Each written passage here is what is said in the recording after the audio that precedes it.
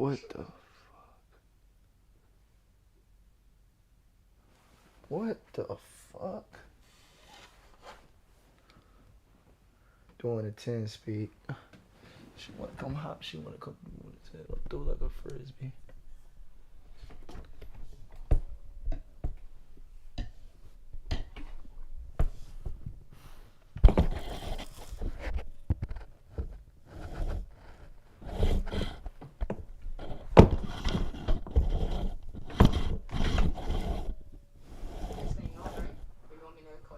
Be honest, do you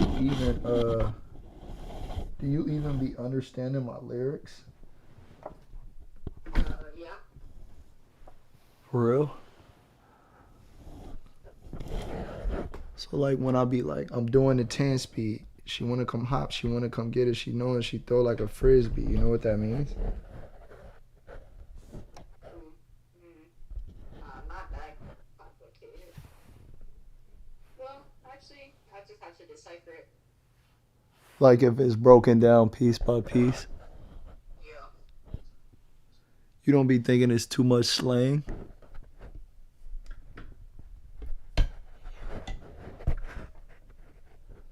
You know I be slanging. I'm a slanger.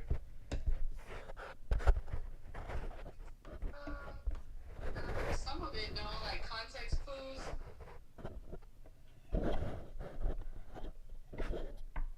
But some of it, yeah. Alright, I'm in the shower. Well, it's gonna be a quick one. I'm gonna go on mute, though. I think it's gonna be loud.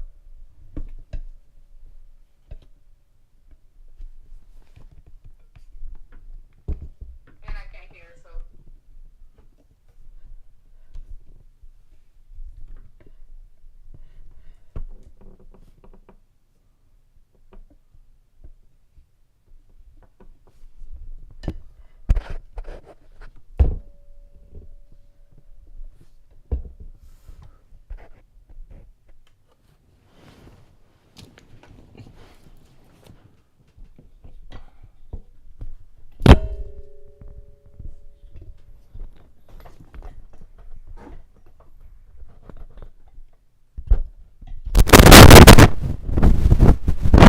Oh, what the fuck? How is that even? How is this even possible?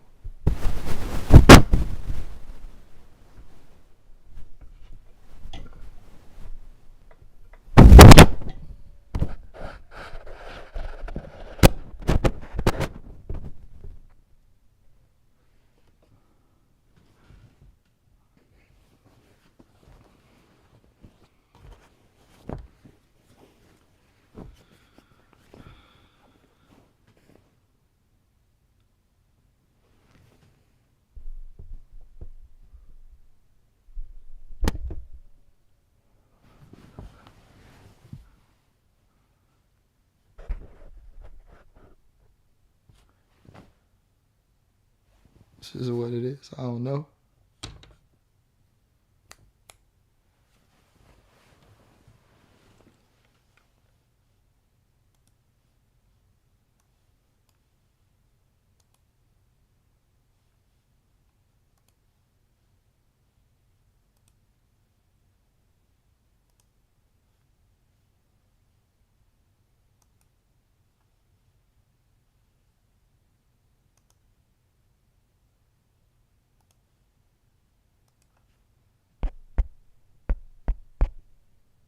I don't know why I can hear myself, but it's pissing me off though.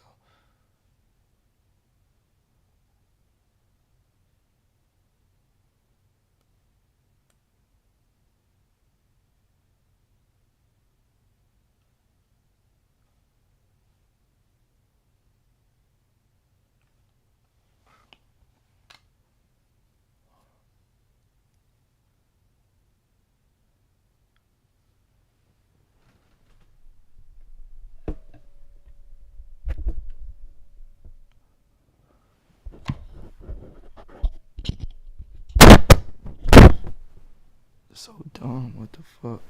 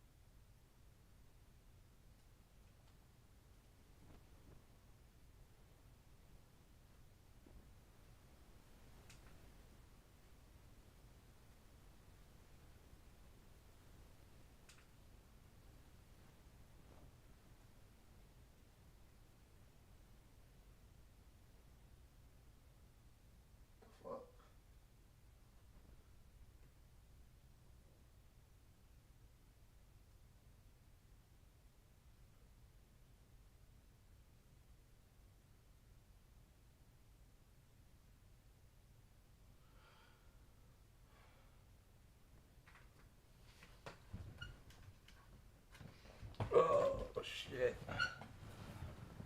That's how we got it going, man. That's how we gonna do it. That's how we rocking.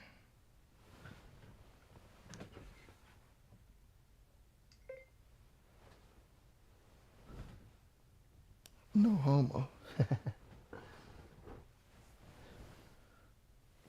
That's dope, though. I just learned something, like the way you set something up is the way it's gonna be. You feel me? What the? Like, yeah, like the way you set something up is the way generally it's gonna be. So like if I zoom in, the framing is the framing. It's just coming closer. That's pretty dope, but it's a new little segment I'm trying. Like I said, niggas gonna come to realize, man, when it come to creativity, man, I'm one of them ones. Just another POC. Like I said, when I usually, let's do it like this. When I give myself more headroom, cause it'll cover more of the distance of when I'm talking. Always be self-conscious, but when I watch these back, like days later, this should always be hidden. But give myself more room. But when I get a little tired, or always when I do these ideas, I get a little tired, and shit don't always pan out, because you know when you get tired, the effort ain't always there. But there's a little POC, a little concept of me reacting to shit. It's really gonna be me. How you wanna call that shit?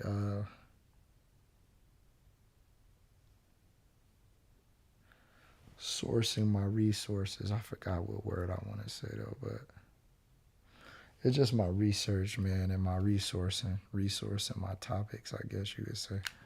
I don't know what terminology I wanted to use for that, but yeah, a couple reactions and just me getting the shit. And as you can see, I'm laying down in the bed, man. So it's end of the night, late night, a nigga tired. So, you know, it might be a little different little videos and shit, man, that I end up fucking with. Let me fix the frame to my liking.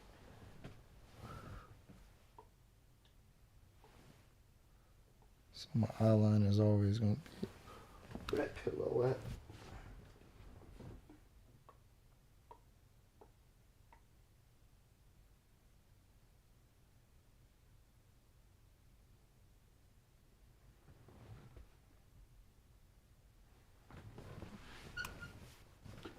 Here, we'll go with this for now.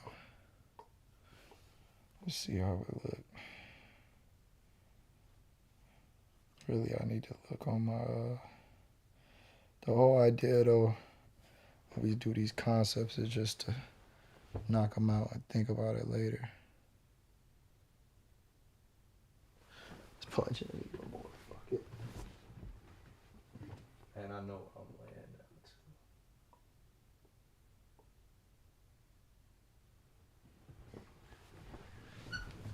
There we go, something like this.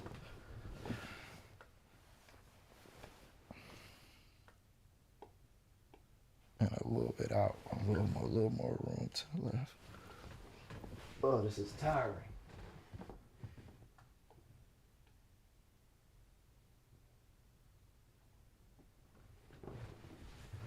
You know, but there's just a prerequisite amount of work you got to put in for something to be a little successful. So I don't know, man. We might rock with this. A little bit more out.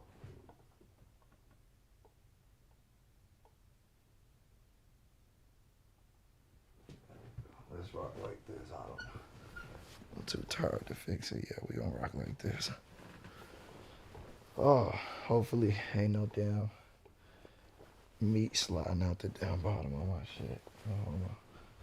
Pause, no homo, whatever you want to say. Don't demonetize my back channel, man. We call this the back channel.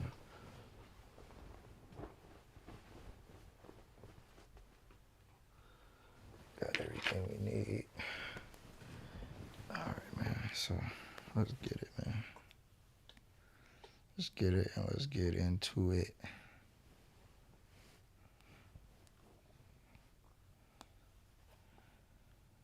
I said we're going to be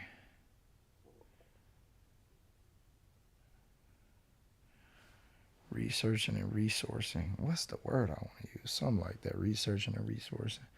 See, when I'm laying down, I'm much more at ease, man, with not being on point all the way. But we're going to both research and resource our topics. And, yeah, we just gonna give some little nighttime reaction and shit, man, you know? Cause why the fuck not?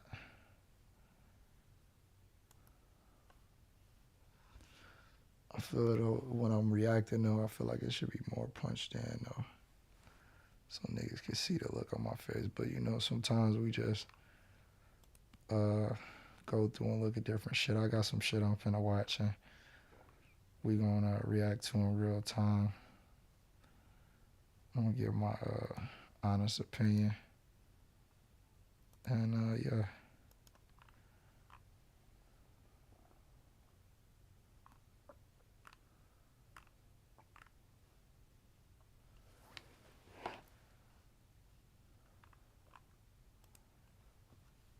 You look everywhere, though. High school, college. I mean, at least I've heard rumors that you've got guys that go down to the bottom of the ranks to find new concepts and things you might want to go with. Have you ever actually taken something from high school? Oh, absolutely. Yeah. I took one from a janitor one time at Green Bay. I mean, No, wait, you got to tell me this. Well, no, we had a janitor. It was a mom and pop group that cleaned our facility forever, and then they worked game day. And, you know, this guy kept telling me, he was the owner of the company, the father of the family. And he goes, I've got this play for you.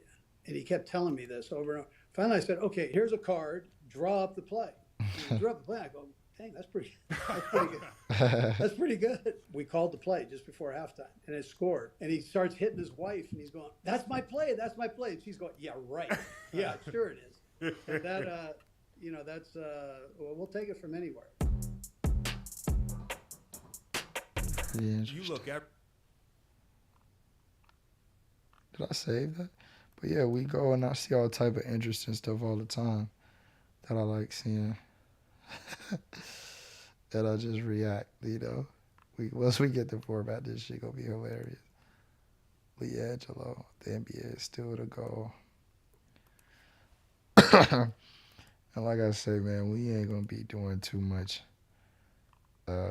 reacting for sensationalism, man. Overreacting. We gonna keep it real.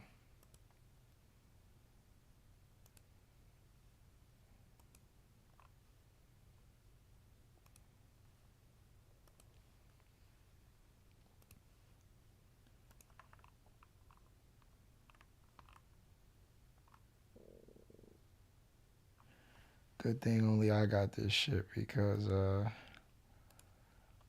showing a lot of shit. I'm giving away a lot of games just showing my screen.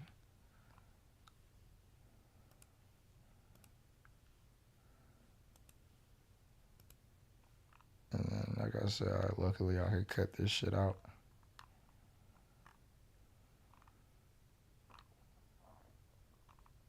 Vladimir Putin. What the fuck, boy?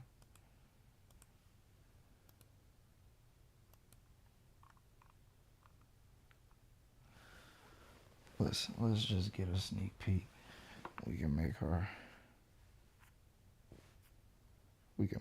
assessment, our judgment based off of that.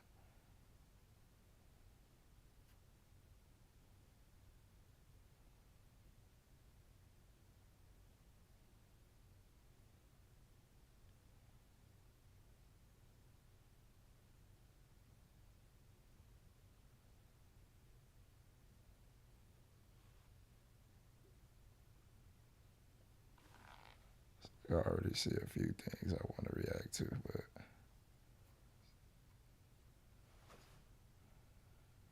like I said, I'm over here. I'm just looking at the format.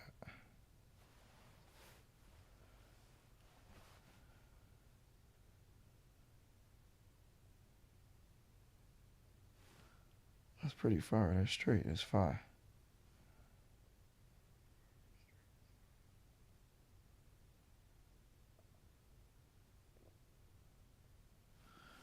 Let me hear the sound though. Am I all right?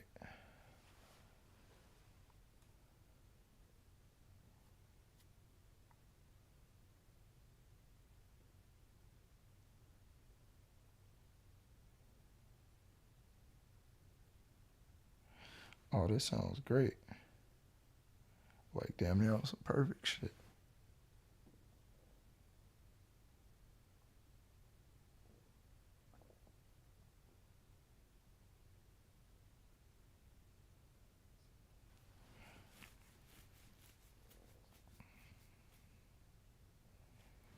Let's see though when I play a video. Bomb DJ and all. Looking for the best price on it? Kelly Blue Book Price Advisor it. Does it need fixing? Kelly Blue Book Service and Repair Guided. Want to sell or trade it? Do it in an instant. And we'll try to talk while this shit is going. Do you have a favorite story with Slim 400? Yeah, one day I was in the hood. He came and got me. He telling This me shit like, is so man, damn clear. He asked me if I had a spray can. I'm like, yeah. He like, man, the ops they hit up on the Let's see it with the full screen. So we just gonna go around the hood and we gonna hit up. So boom, Oh, we that's go, we hit up and bullshit. shit. He dropping me back off because he had somewhere to go. So I'm like, all right. So we went to our last wall, but before I get in the car, I stop. I see some tagging on the ground, so I start hitting up on the ground and shit. Excuse me. He like, man, come on, G, blood, ooh, ooh. See, that's why Oh, the this homies is don't like going take ahead. you nowhere. Like, ooh, you always be doing extra shit. Like, ooh, ooh. I'm sad. Then he Because dropped me even off as and I'm shit. watching this, I'm like, what the fuck is this nigga That talking was about? that. Oh, okay. Yeah. And so you get paroled. Mhm. And unfortunately, on the same day, this is the day that Slim 400 passed away. Yeah, correct. That's crazy. Mhm. Damn, man. Yeah, long live Slim 400, man. I was fortunate enough to interview him a couple times, man. Yeah, he was a good dude. He was, man. He was, man. And he was just going up, up, up, up. You know what I mean? Yeah. He was just making his way, man. He worked for it. He did. He did. He's definitely a hustler, man. All right, so you get out of prison, and what are you doing? Are you going straight to the booth, or? There's gonna be some interesting content that I'm doing.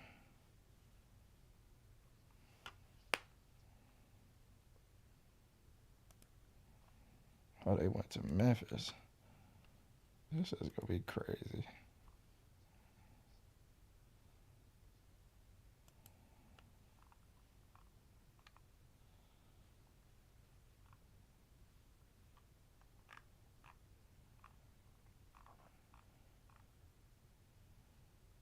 Man, fuck it, let's get it. If I got any other suggestions or addendums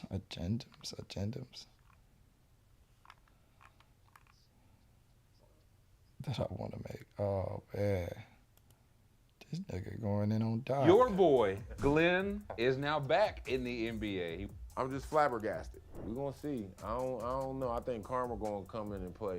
They're not gonna beat the Sixers. When it comes down to it, in the playoffs, if we match up with them, they're not gonna beat us. I will tell you this. I will put more money on Game 5 if the Bucks are up 3-1. You know why. When he got a 3-1 lead, man, he fold like a lawn chair. Your boy, Glenn, is now back in the NBA. I'm just flabbergasted. We're gonna see. I don't know. I think karma gonna come in and play. They're not gonna beat the Sixers. Oh my gosh. I forgot this whole Benzino thing. See, I could start a damn it's like a Twitch stream damn platform type of vibe, man, because I really be tapped in and peeping a lot of shit. I see a lot of shit because I be watching a lot of different content, and I just perceive a lot of shit, and it come to me because, you know, my research channels are impeccable. You know what I'm saying? Just my ears to the streets, as y'all will see. But it be a lot of times, man, a lot of this shit hit me, and I get some insight, and I sit and I learn and I hear the full story, and then I gain an overall perspective and like, you know, my own opinion on shit. But yeah,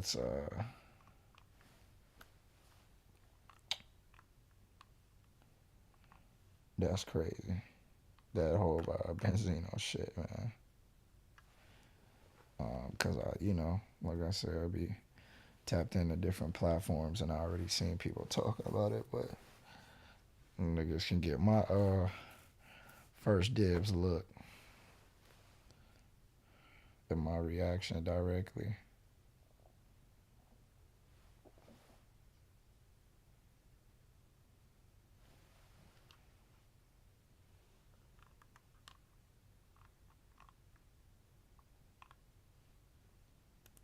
There's all type of shit that I be finding, man. That's interesting already.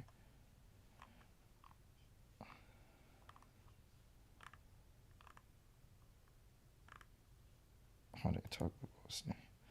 I gotta do some fair use shit, I guess. I don't know.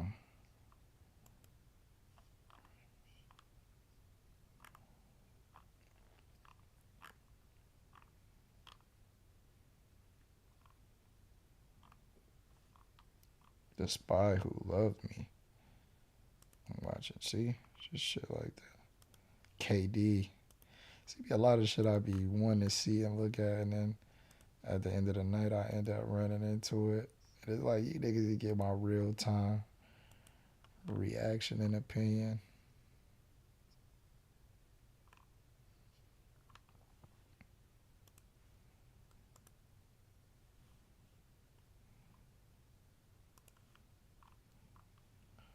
I love Andy Reid, man. Always have respect for him, even that nigga Ghost playing this shit. DJ Ghost. Told you about that time I ran in the blood at the mall.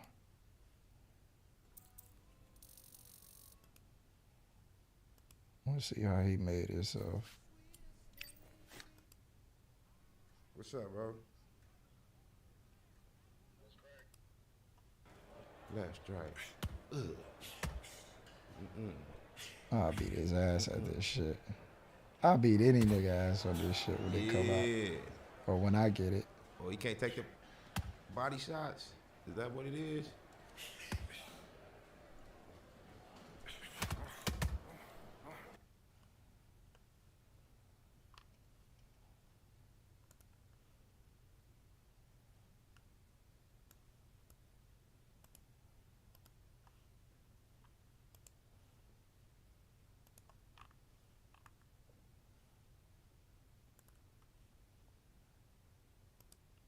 Heat up, Matt.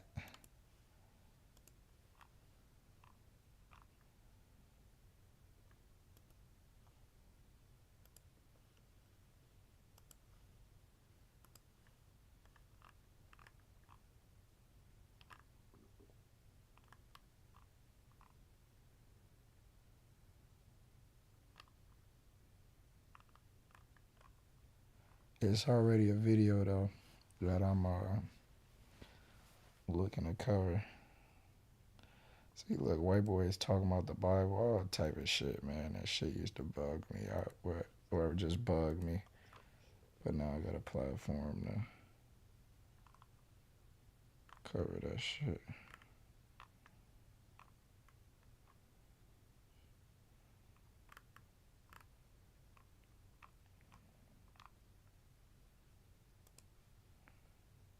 Let's go. See, I like always like behind the scenes looks at like NBA players and what they be thinking and doing. So that busy though, shit. I already here and I know it's gonna be crazy. Vince Staples, I see he got a show. Anything trendy or whatever, man. You know, just sometimes you gotta be more aware and react to the shit that's going on around you because it's gonna affect the outside world. You might be like, that's how I was. Like, you know, fuck it, I ain't watching this shit, this, that, the third. But then it comes down to it, everybody else, it's affecting their mental and, you know, whatever. So I seen this live, the Kais and that shit. Shout out to that. That's a good thing.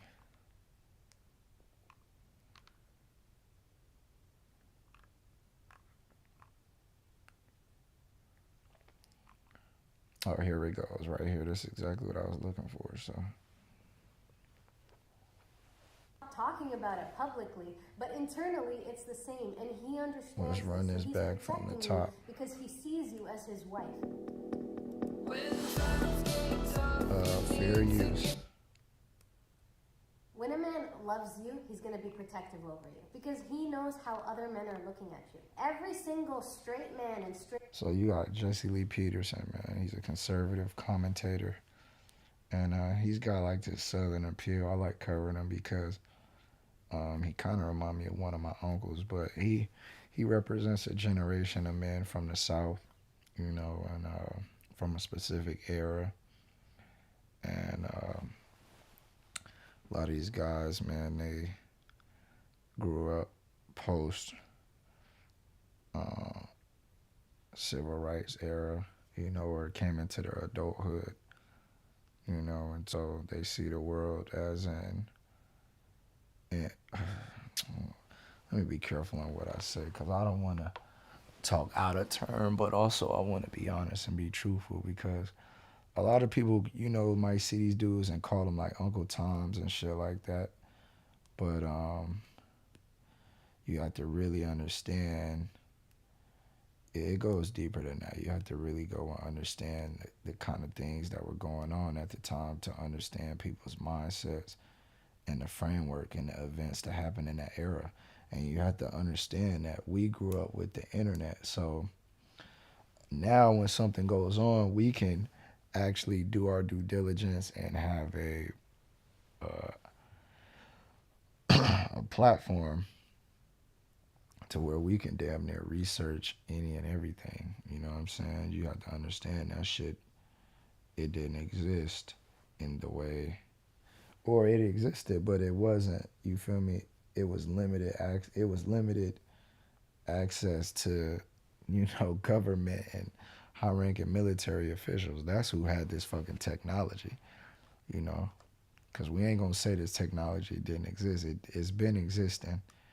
And the proof of that is when, you know, later on when certain prototypes are presented and the amount of time that it takes for them to make it to the public. You know, I remember when I was in school and I was reading about the flying cars and stuff, but you know, they had to craft laws and do tests and do all type of things before they implement this stuff into the public. And, you know, to be fair and to be honest, they had to understand how they going to use it to control the people.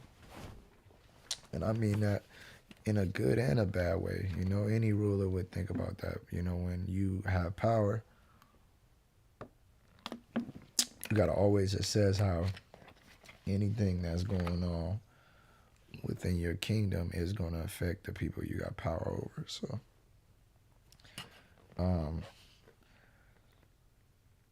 back to my original point, though. My main point is a lot of these men, period, you know, when you got the military and when they start letting blacks in the military and,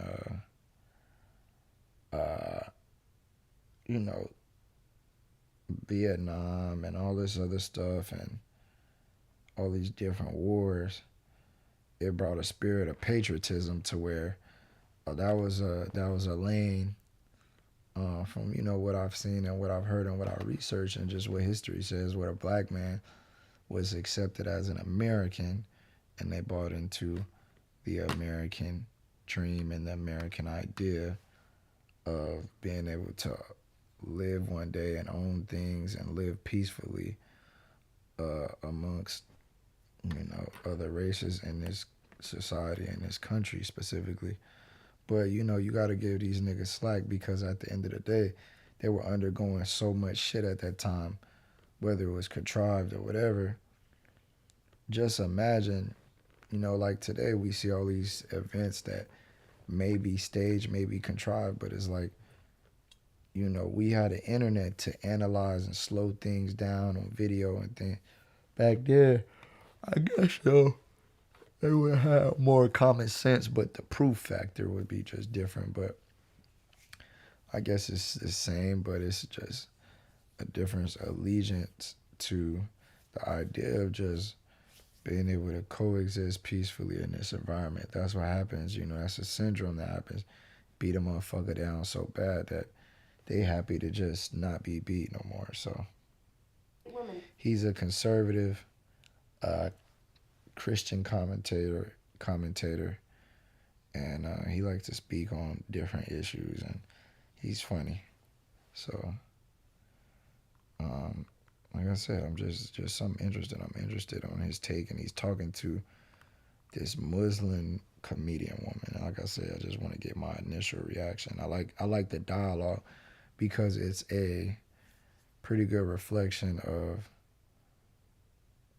you know, the paradigm of the society, everything that goes on. You have different people from different ideological leanings. They do videos and they sit and they pretty much discuss their ideas. So I like it. It gives you perspective. And it's like a flat reflection of society.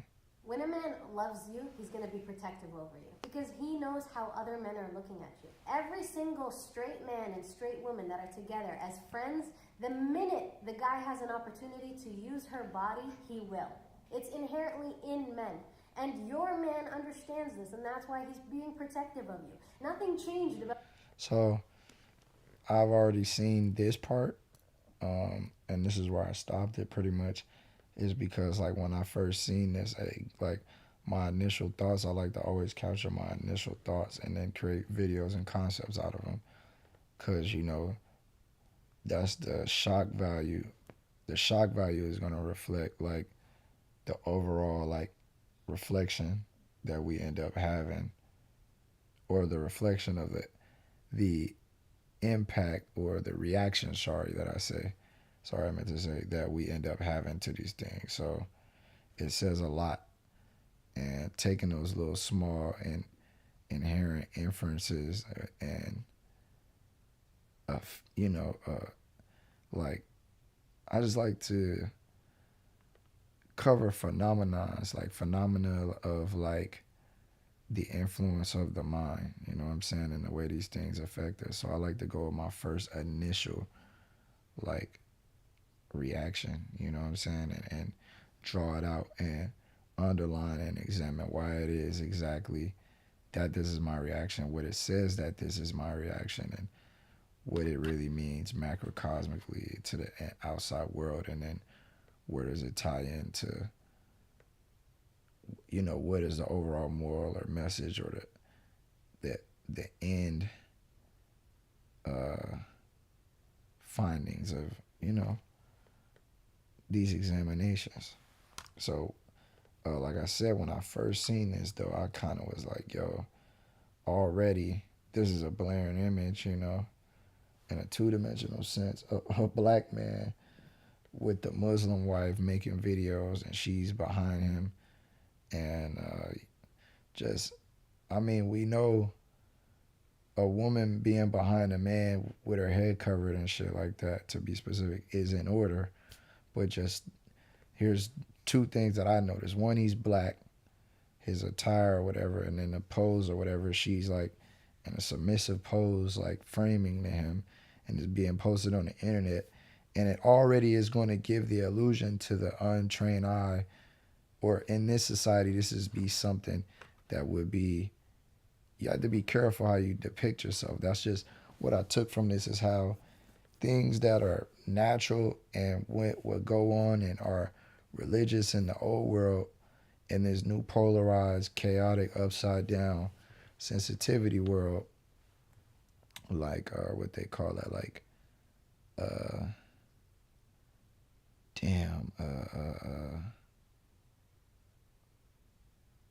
virtue signaling, there we go, society, little things like this are triggering for people that embrace these gender equality propaganda agendas. So just an image like this, bro, business wise and everything wise, I'm just gonna bear all and get y'all to understand my mind and how I think, and business wise I operate, and just introduce my perspective, man, in hopes to, you know, get a response to others, to see if how those frequencies are resonating with people, see how many people see what I see and where this is going to go. But just the way that you, even in business or anything with the internet, just in life, you have to be very careful what you say, think now, and the way you portray yourself and your image, the images you put out there. So this right here, there's some type of shit nowadays can get you fired, man. And it's one, and I think we just gonna start finding the silver lining in this shit on some brew shit. But in reality, the main reason that this shit is so dangerous is this itself is a guy that's posturing. He's trying to present something as if it's right. He's doing this shit for attention. And he's out of order. But I'll get on that when I get back. But I'll run this back. And when I get back, you'll be able to see what she said in context.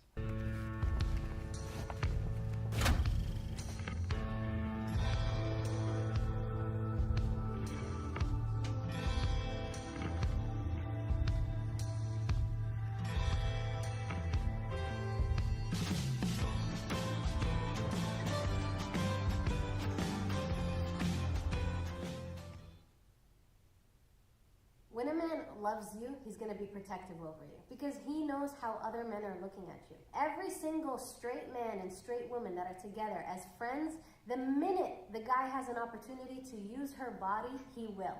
It's inherently in men. And your man understands this, and that's why he's being protective of you. Nothing changed about the anatomy of men. Maybe they stopped talking about it publicly, but internally it's the same, and he understands this. So he's protecting you because he sees you as his wife. When times get tough, you need to get proud. No need to look backward, put your feet on the ground. Stand up, stand up. Welcome to the Father's Day. I'm Jesse Lee Peterson. Thank you all for being with me. Don't forget, you can...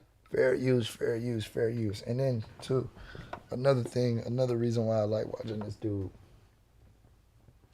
is, like I say, at least two-dimensionally, right? He represents a certain demographic. And when I say two-dimensional, anybody who knows that's a term I get from COJ. So two-dimensional meaning just what you see, you know, without any real investigation. You know what I'm saying? What you see is what you get. You know, not on a spiritual level, not with real any insight, just what you see, just what's right in front of you. You know what I'm saying? The way things appear, surface level. So this guy, he represents a certain demographic, and he's kind of funny, man, because he's kind of like a charlatan, man. He's like a caricature. And personally, I believe a lot of these people on the internet are you know, set up stage caricatures put out here into the media, and in this case, YouTube. You know, I don't know this guy's background, but I know a little bit of it. I know he's had his little show for a minute, and I'm sure his stuff, you know, I'm sure there's as I know what all these do, there's a paper trail that we can follow of him going all the way back to certain organizations and projects. That's how it always is. And once you start finding that line of thinking, you realize that's how the things in this world are put together and organized. So when you understand how, you know, the powers that be organize things in this society, you start to understand what you're looking at and what it is that you're looking for. So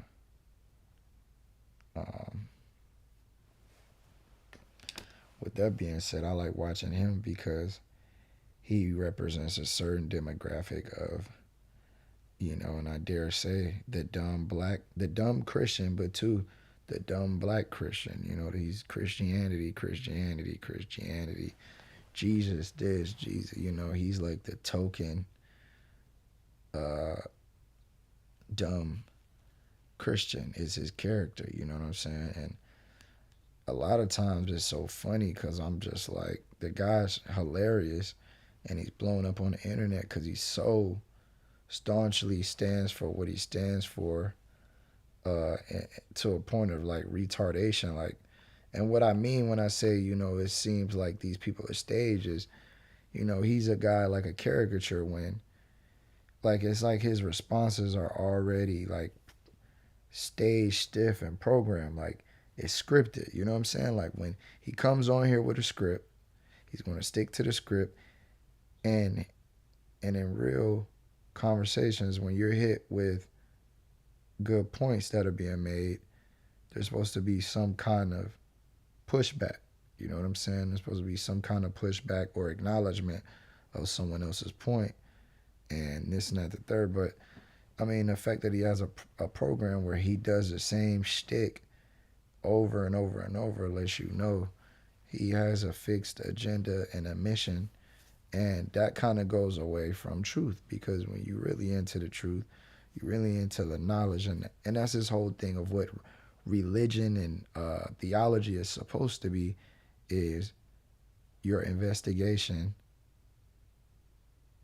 into the origins of the history of the, you know, the creation of Earth and everything that goes on, what things are and what things aren't. And so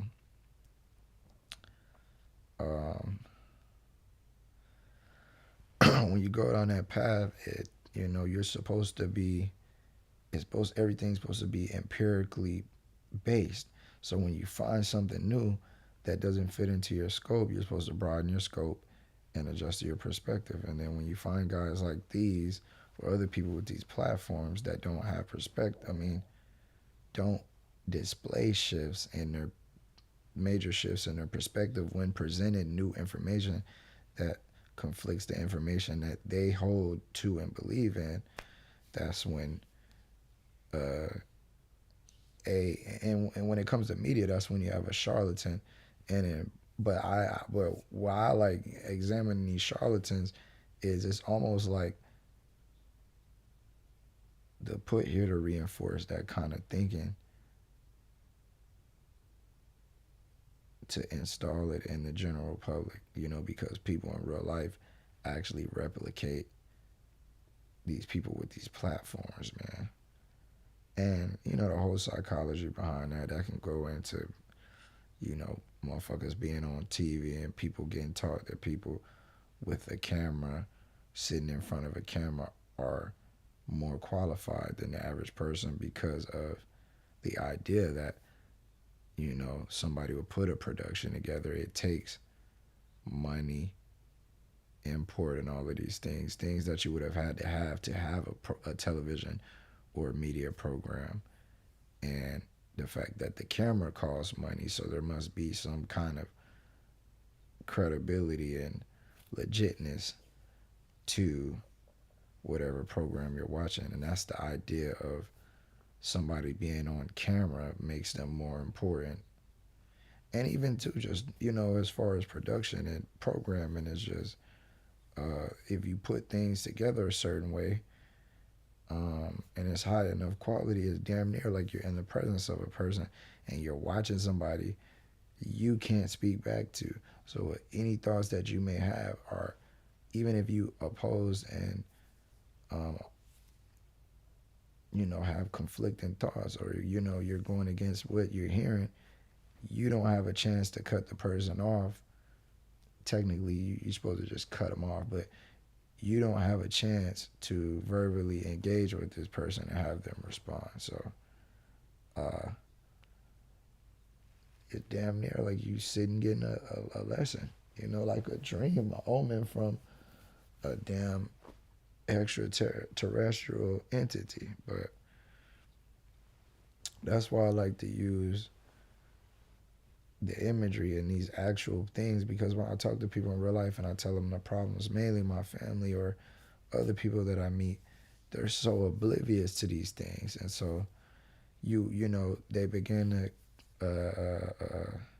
assert that you're some kind of conspiracy theorist or whatever, because you're aware of information that maybe has skipped past their reach, you know. And so that's why we have the program Show You Better Than I Can Tell You, and this is the research and gathering and the gathering process. So that's why I like and this is a random video that popped up, and so we're creating a POC and showing you how I react. But that's just my explanation of why I like using Boombacone right here, just being funny. You know, I'm sure he's a cool dude in real life, but what he represents, whenever I'm like Charleston White say, whenever I'm on here critiquing somebody, I'm critiquing them as a character on this screen, because that's what you are projecting to the world when you publish, you know, these kind of works and programs and content and put it on the internet representing thought patterns. So he represents a demographic, and it'll be clear to you what I'm trying to say and what demographic I said that he belongs to. And really, I like to hear the ideas he has, because when you hear these people say these things, and especially when it's not people you know, you get a chance to reflect and think about different ways to combat and counter these type of points and the way they think, so that you can help and influence people in your real life. But I'm gonna let him talk. But this guy has a speech impediment. It's just, this shit is crazy. I may just start speaking and talking while the video's on. I don't know how that's gonna sound, but maybe that format will be a little better. I don't know, but the Father's Day, we'll see. I appreciate it.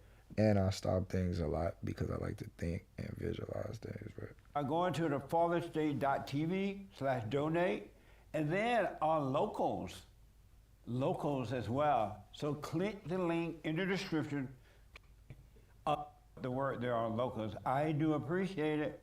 I have with me today Aziza, and she is a Muslim comedian and founder of the Collectively Married social media. So yeah, that's why I like his program too, because he likes to call into question and confront and put on blast and criticize. You know, just pretty much call in question these left-hand liberal ideologies and organizations, and he runs them through what he believes to be a biblical lens. And so it's kind of just a reflection of the world we live in today. It's pretty funny. But first of all, I think this is just already ironic. And this is what I was saying about the brother being off point, right? When I was talking about his little video he made, right here is, you know,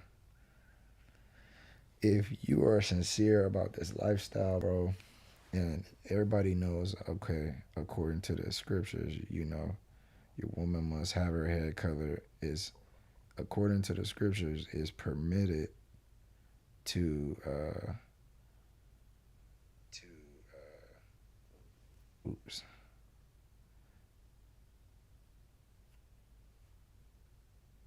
Sorry about that, but it's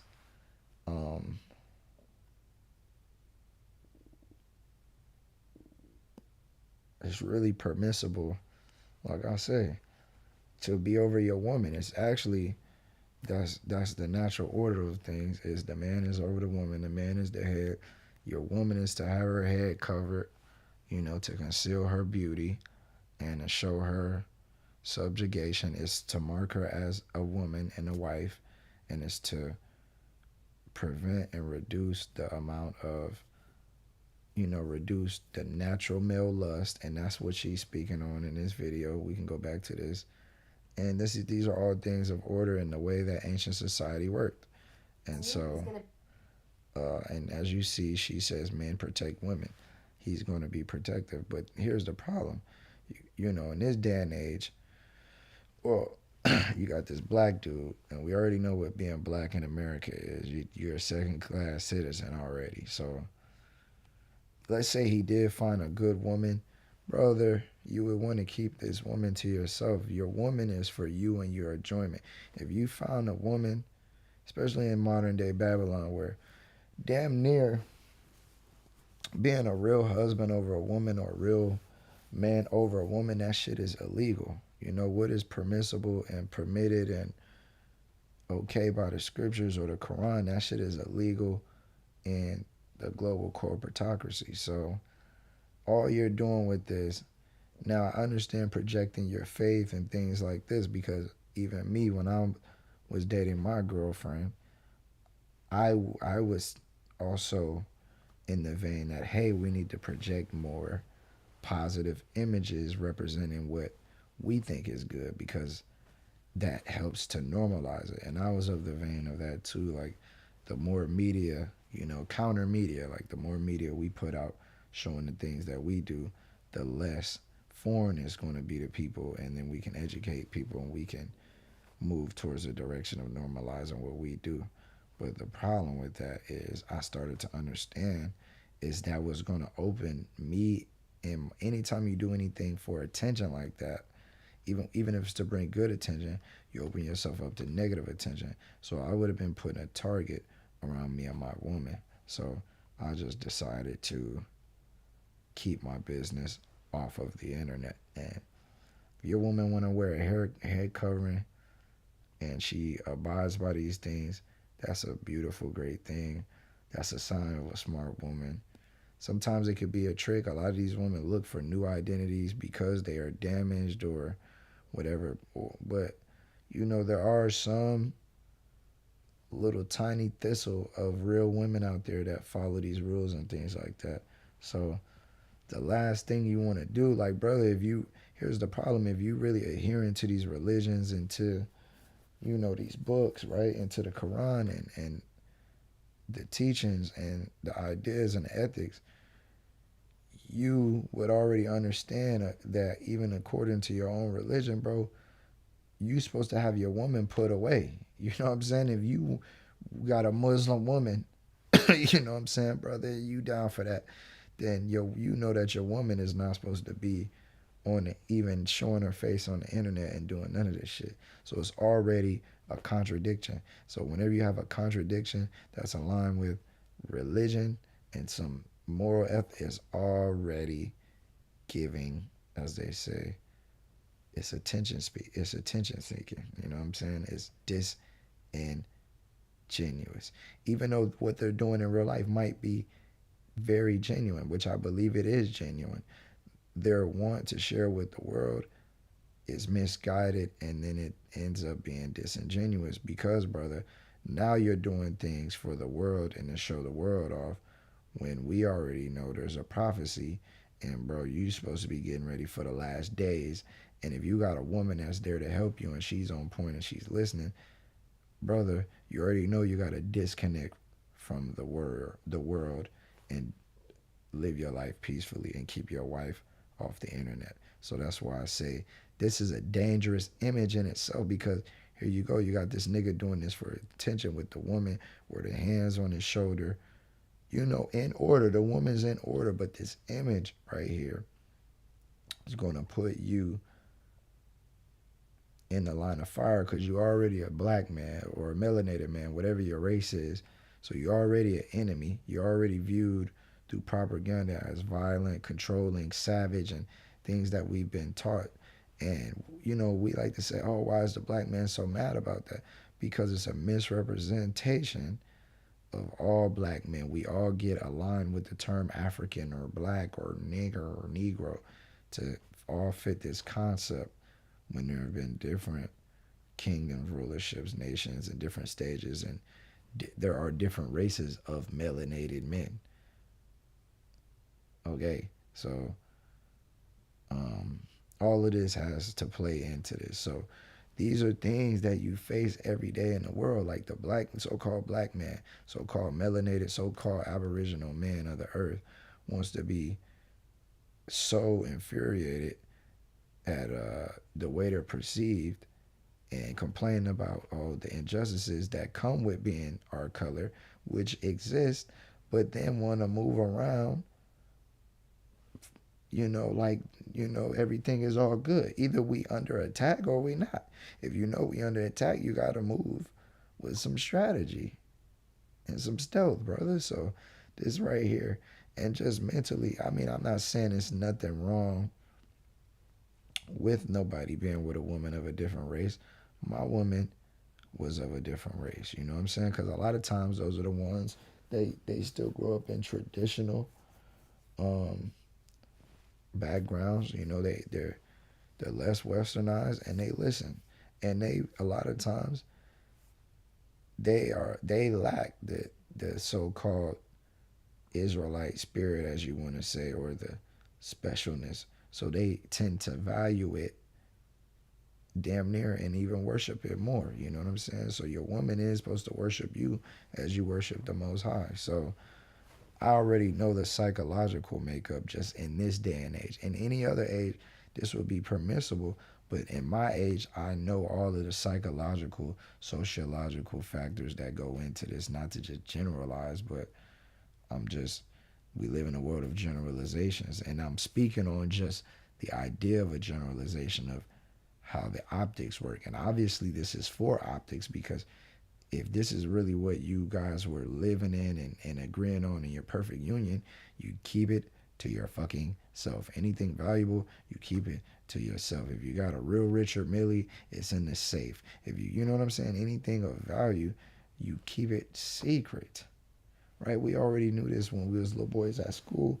We find a little girl we like, the last thing we want to do is tell everybody, because then what do we know? We know the homeboys, we know other people.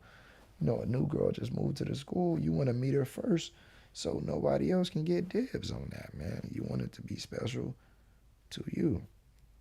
Even if you order pizza, you might eat a couple slices, then you share. You know what I'm saying? Holla if you know, holla if you hear me. If you know, then you know, you go. So this right here is already doing what we call doing too much, meaning, bro, you doing shit for attention, you doing shit to have the eyes on you. And I'm talking to the man here, you know, because he's sitting here in the king position. So, brother, you know, even the framing could be taken either way, as the framing is really showing the woman got authority over this nigga. You know what I'm saying? And so just the framing of it. In reality, we already know the woman is actually opposed to subservience. But the fact that the woman is eye-line with the camera and the man is sitting there is damn near like she's his representative. You know what I'm saying? Which, you know, that's just a modern, you know, socialization shit. So this right here, nigga doing too much, this image itself. Let's say this nigga had a job.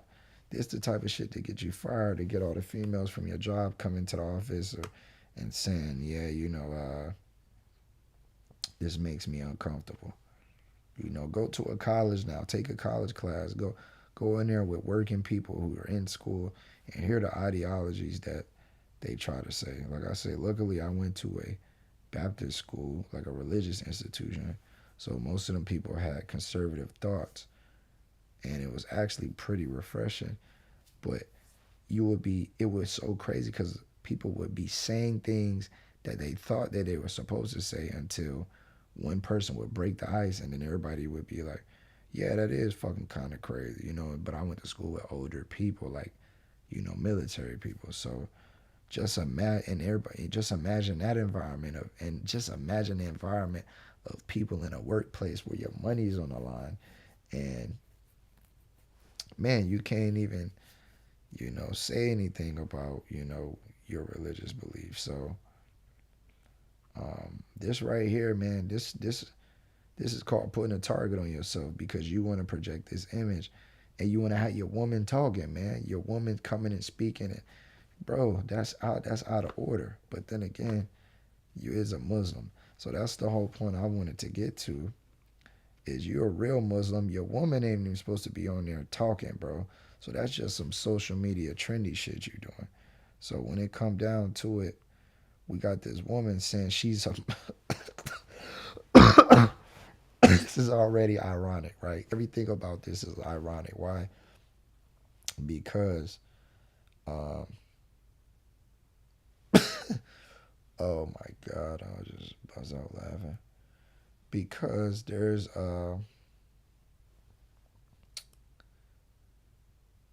man, bro, there's I'm gonna be honest, there's no such thing as a well, I ain't gonna say there's no such thing, but to be a Muslim comedian, that's a damn oxymoron, bro. I don't know if y'all get that or not, but according to the Quran, you know, the woman is supposed to be, you know, at home.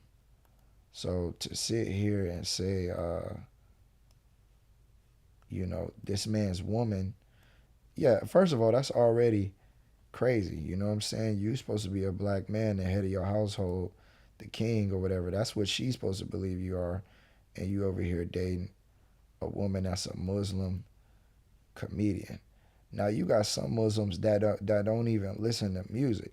So what kind of comic is a Muslim going to be, and what kind of comic is, because a lot of this new age comedy is a lot of tacky, crude style humor, like a lot of her influences. Maybe we'll have to watch her comedy to prove my point, you know, so people could say, oh, stop generalizing, and we could just prove the point.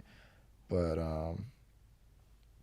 a woman comedian, that's, I know in the scriptures that's an abomination. So I know in the Quran that's got to be an abomination. So for one, you on this platform doing an interview, you know,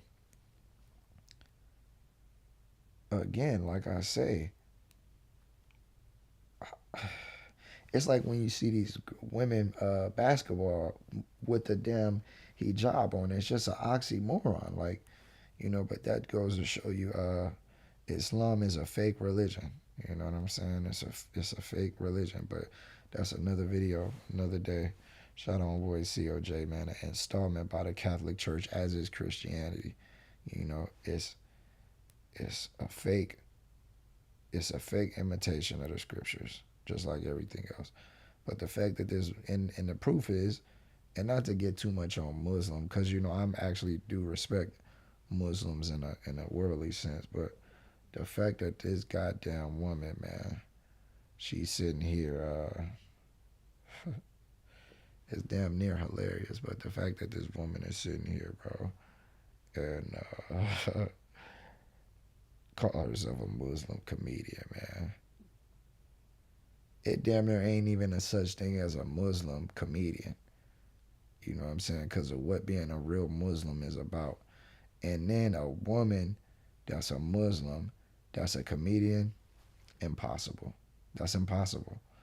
You know, so this is a poser. So that dynamic alone, that's just from a brewery, a real spiritual standpoint and understanding. And now she's about to deal with this two-dimensional so-called black man, this dunce, this Christian dunce. And we gonna like I said, it's just about my initial reaction, and we together are gonna see what this interaction is, and just see the hilarity and the ridiculousness in this shit. It's like, it's about being perplexed. Shout out, COJ. That's, a lot of this shit is funny in a perplexing way. Like, it's puzzling. The collectively Let's bring it back. Hold on.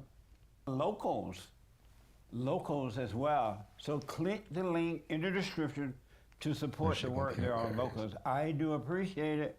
I have with me today Aziza, and she is a Muslim comedian and founder of the collectively married social media channel. Aziza. Sorry about that, I'm black. That's why I say this dude is damn near retarded, man. You know what I'm saying? But he got sense. He got some Christian sense. I'm sure she got some sense too, because at the end of the day, both of their ideologies are plagiarisms and, plays and mimickings of the actual scriptures, So a lot of these people feel like they're better and they have a moral or higher on a moral high ground than the average person because they embrace some sort of spirituality. So, but at the end of the day, what's the point of having 70% or 30%? You throwing away 70%. You comparing your 30% to somebody's negative 40. You got an F still, but at least you don't got a negative. That's basically what these people are. But they gonna sound like they got some sense, cause they gonna take a little things out of the Quran and the Bible, which all just come from the Tanakh, and they're gonna espouse these things, as if they're some kind of spokesperson for morality in this global society. Through the internet representatives of their ideology. So, for coming on, I appreciate it. Thank you for having me. I'm happy to be here. Nice. So what is collectively married social media about?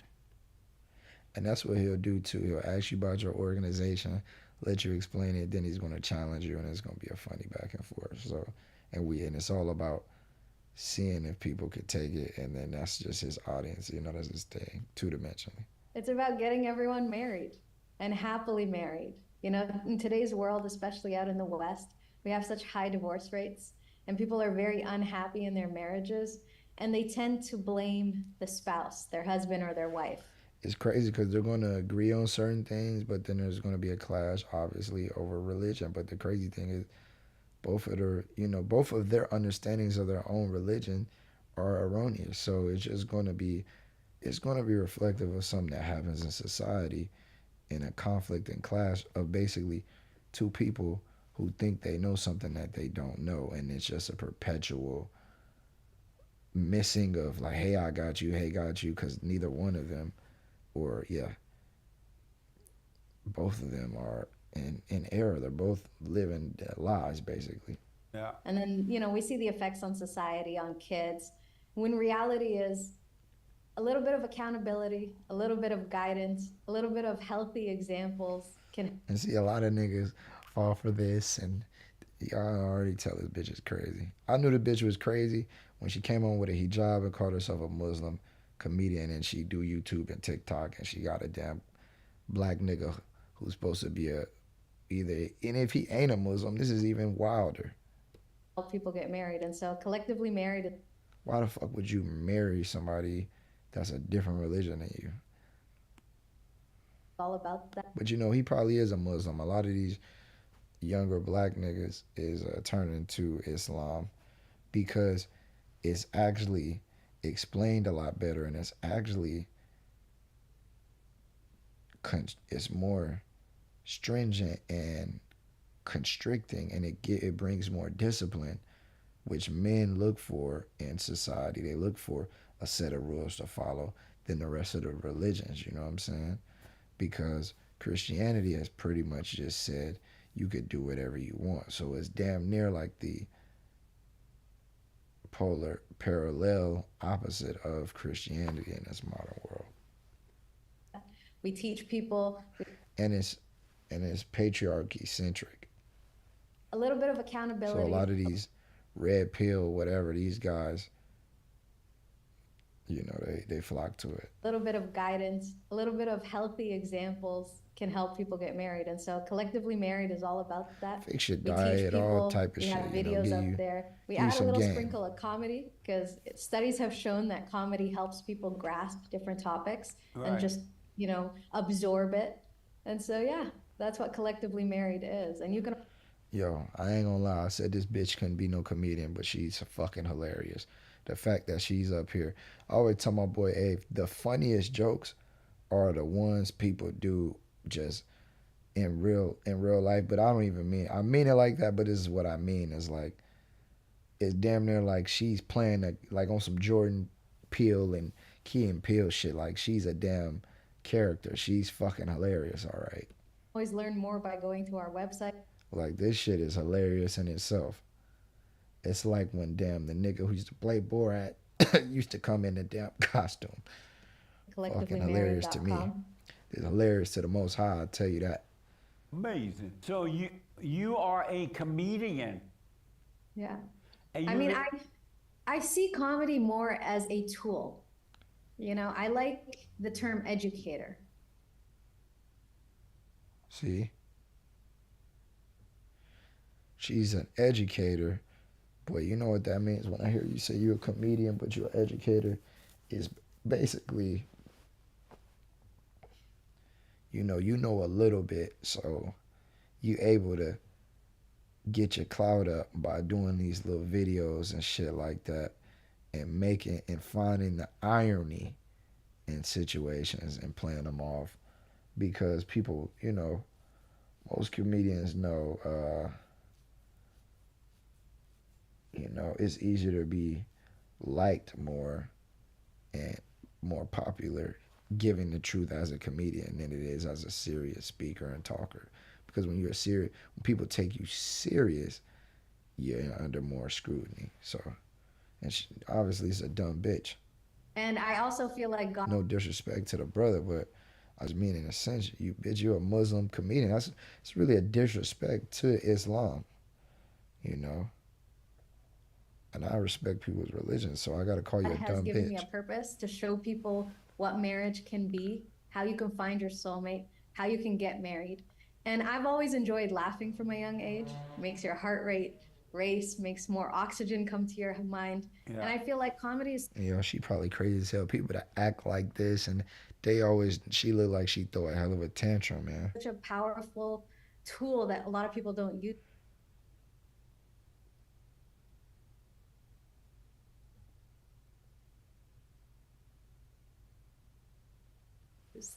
And we see it today. Like, for example, during the time of the Prophet, peace be upon him, you know, the most powerful tool that This is where she about to lose.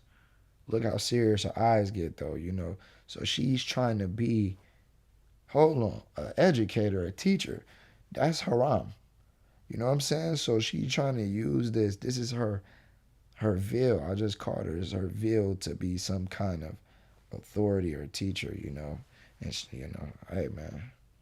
was poetry. People were drawn to strong poets. Right. And in today's She about to lose him, though, when she start talking this Islam shit. society, people are drawn to funny people. You know, they want to talk to you more. They want to hear more. They'll laugh He while they're knows having he- conversations with he you. do the same- And so I've he seen do the comedy same as such a shit. powerful tool, and I leverage it in that way. Yes, Nice. So you live in the USA, right? correct. And so why did you become a Muslim? I was born Muslim. Oh, you were? And actually, yeah, at the age of 15, I had my own existential crisis about God.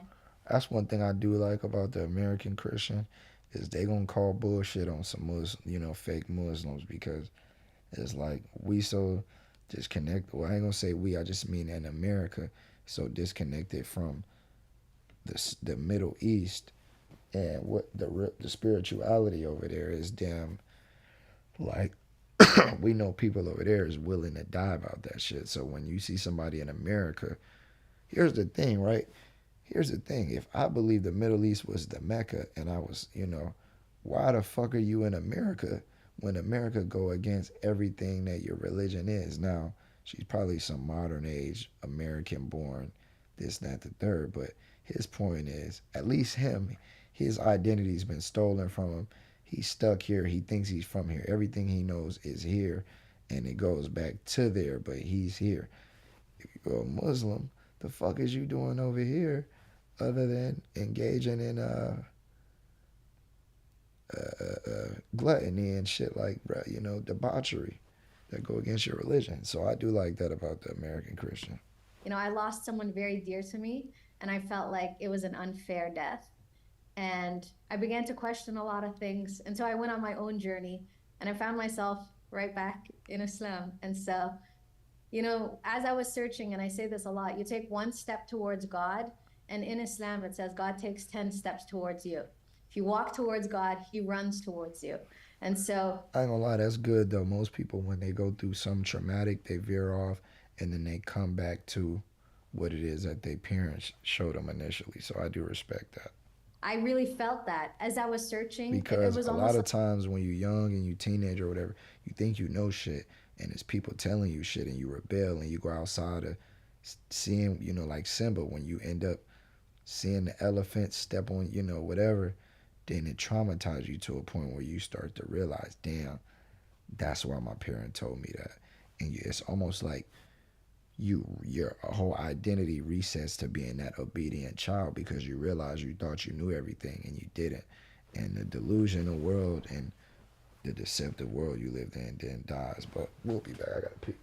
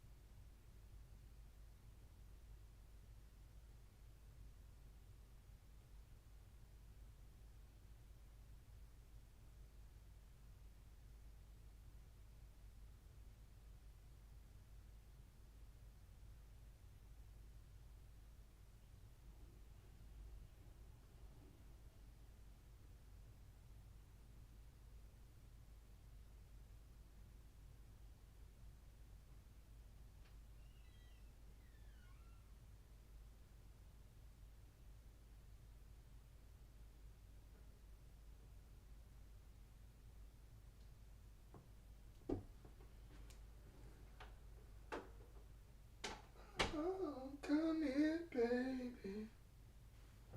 I'll forget stuff.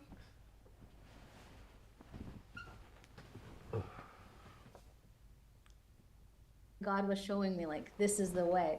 And I found peace in Islam, and I believe it is the right religion, and that's why I'm still he ain't rocking with that. Amazing. And why have you switched over to Christianity since Christianity is the best religion on this side of heaven?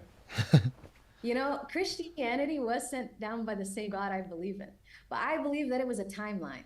Like, God sent down first Judaism, and then when there was enough time, people started to step away from the religion. He sent down Jesus, peace be upon him. We see him as a prophet to bring people back to the message of God, and that was Christianity. And then again, when people kind of lost their way, he sent down the prophet Muhammad, peace be upon him.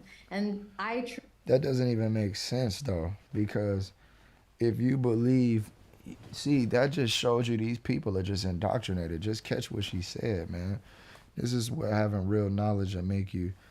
You're like a billionaire in this society. And let's match the angle. Nah, let's stay right here for this explanation. Then I might switch it. But here's the thing, woman, lady, is you just said they sent down Judaism, and then they sent down Christianity, and then they went to, what you believe as Islam. Here's the thing, though. If you believe in Islam, you don't, there is no such thing as Judaism and Christianity, right? Because, and that's how you know these niggas, they just going with some shit, man. They just want to believe in some shit, and it's popular.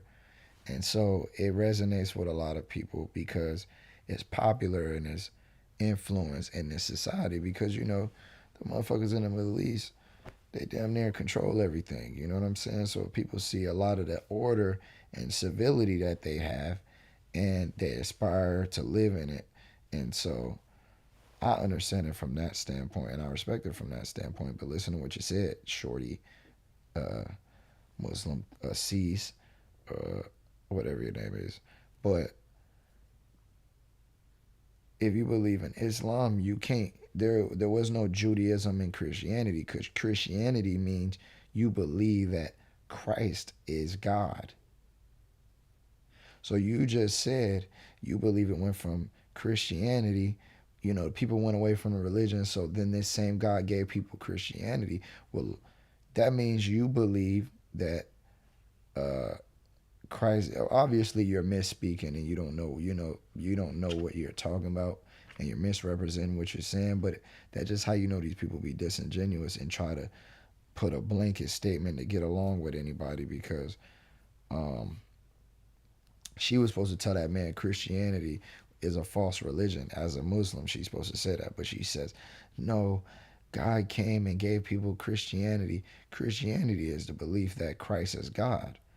So you, in your own religion, the religion you follow, and you just blaspheme your God mistakenly because you're trying to kowtow and blanket statement and get along with motherfuckers. So in your religion, you don't believe Christ is God. You believe he's just a prophet. So no, you, according to what you believe in, no, you don't believe there was Judaism and then Christianity, because so-called Judaism is the belief that the Jews, the Israelites, or the Jews are the chosen people of God, and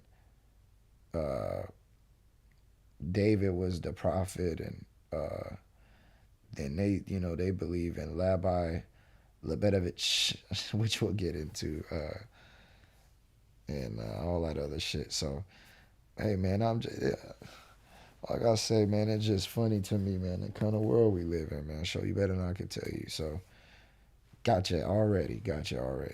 We believe that all of us believe in the same God, and so there's no way. There's no way, because the God of the Jews said, don't worship false idols, and and he's only the God of the Israelites. The God of the Christians is Jesus Christ and God at the same time, and the Holy Spirit, and your God is supposed to be Allah. And Jesus Christ says there's going to be no more prophets after John the Revelator. So you don't even understand your own religion. Or maybe you do understand your religion, which is just modern day Islam, liberal, butchered, fake Islam, virtue signaling, I'm morality, this and that, the third, new age, fitting in, globalist Islam. I don't see you different. Like, I will sit and learn from a Christian preacher, and I will listen to Why though? Christians believe that Christ is God. The Jewish people actually believe in the Jewish, they believe in the Talmud and the Kabbalah, which is mysticism and magic. So preachers. You supposed to be sticking to what is it? The Vedist, the you supposed to be sticking to like the Hinduism. I forget what specific branch it is Islam that is tied back to Hinduism, but Speak. that's how you know this is a fake Muslim, like I said. I'll listen to Muslim speakers, and I really do see a lot of similarities, but You're supposed to be listening to your fucking man, according to your, and that might sound misogynist, but she's supposed to be a Muslim, adhering to the Quran. So, like I say, we have to criticize, scrutinize, and question people when they're claiming to be one thing, because it's all, if somebody comes to you deceiving you, that means there's an ulterior motive. I just, in my heart, feel like, yeah, Islam is the right path. Actually, on that note, I actually have a question for you. Yes. If the Great White Hope accepted Islam, would you accept Islam? So she's familiar with his shit. Great White Hope is Trump. As he calls him.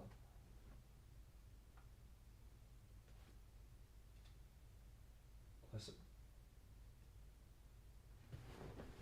What they say, let's match their energy. Let's keep the same energy. No. Why not? Because I'm a Christian.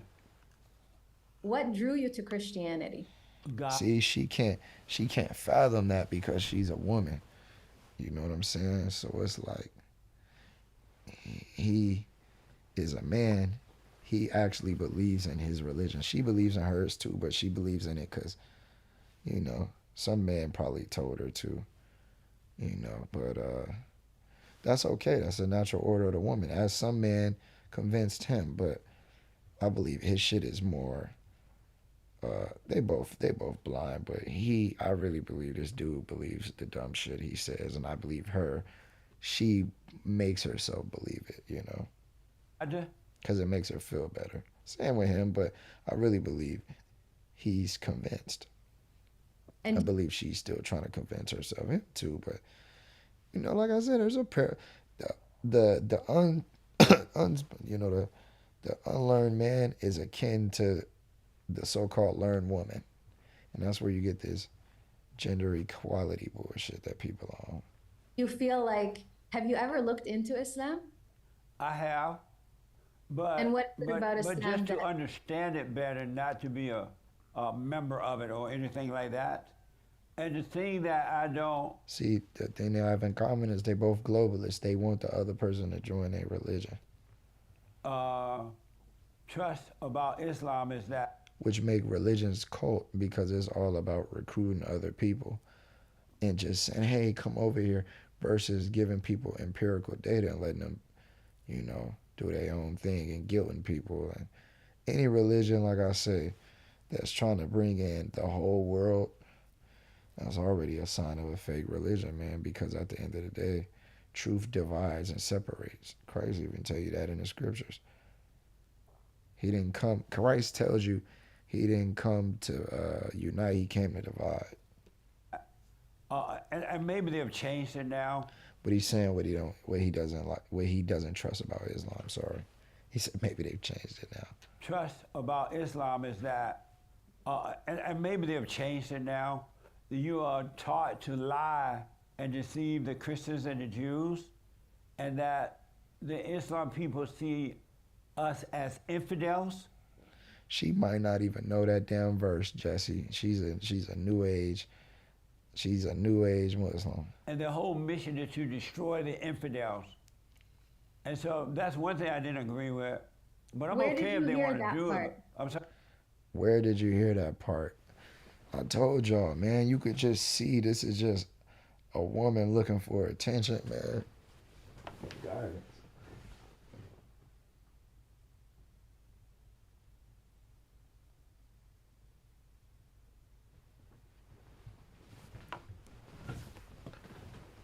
Man, woman. Sorry? Where did you read about that part? It was in the Quran, and I've talked to other Muslims that years ago that used to admit it. They don't admit it anymore. So I don't know if they were told not to admit it. It's in there. And I know that the Muslims want to conquer the world. Yeah. No one will shy away from that. You know, we believe in like a Why you want to conquer program. the world? You know, The same reason you do, Christian. we want everyone to believe in God. I think there's a beauty in God. So I'll rewind a little bit because I want to address the points you talked about. The Quran came down at a specific time to the Prophet, right? And so there was context for those situations. And I'm not a historian, and I'll have to brush up on my history. You're not a historian, and you're damn near barely a modernist. But a lot of the directions that were given were for specific times, for specific actions. Right. And so when you come in from that lens of context, you know, anything can be taken out of context. And so it can be misunderstood.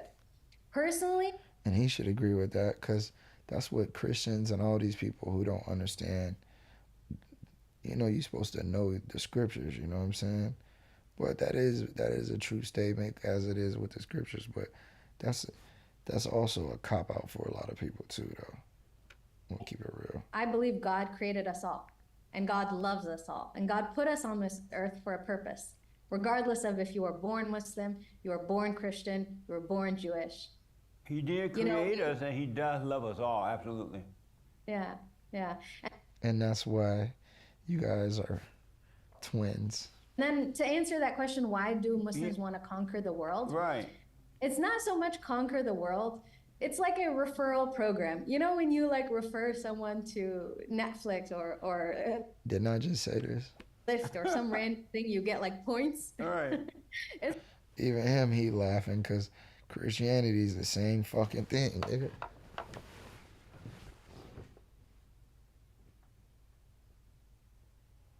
Like, how you gonna get mad at her and your religion is the same fucking thing, nigga? Kind of the same. Like God's like, that's what you know, religion is about, spread my arguing message, you're gonna over get points. And who of us doesn't, you know, who's want the these best points, salesman. right? Well, So- God doesn't want to conquer everyone. If they don't want it, he'll leave you in your hell. He doesn't miss sleep just because you don't want to come to him. He's not going to conquer you. He'll just leave you alone and let you suffer and die. I agree. Conquer, I guess, isn't the best word to describe it. It's more like spread. Is that biblical? Because I'm pretty sure it'll tell you that the Lord is going to conquer and triumph all, bro. Peacefully. I feel like, you know, because in Islam it says. But here he goes trying to draw the comparison between his religion and her religion.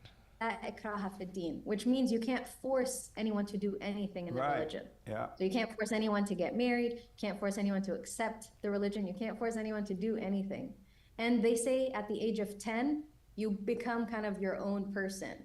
You're held accountable for your own thoughts and actions. It's why I preach this a lot in marriage, because a lot of cultural Muslims, you know, they'll just marry whoever mom and dad say marry. Right. And they'll end up coming to me with problems, you know, like, you know.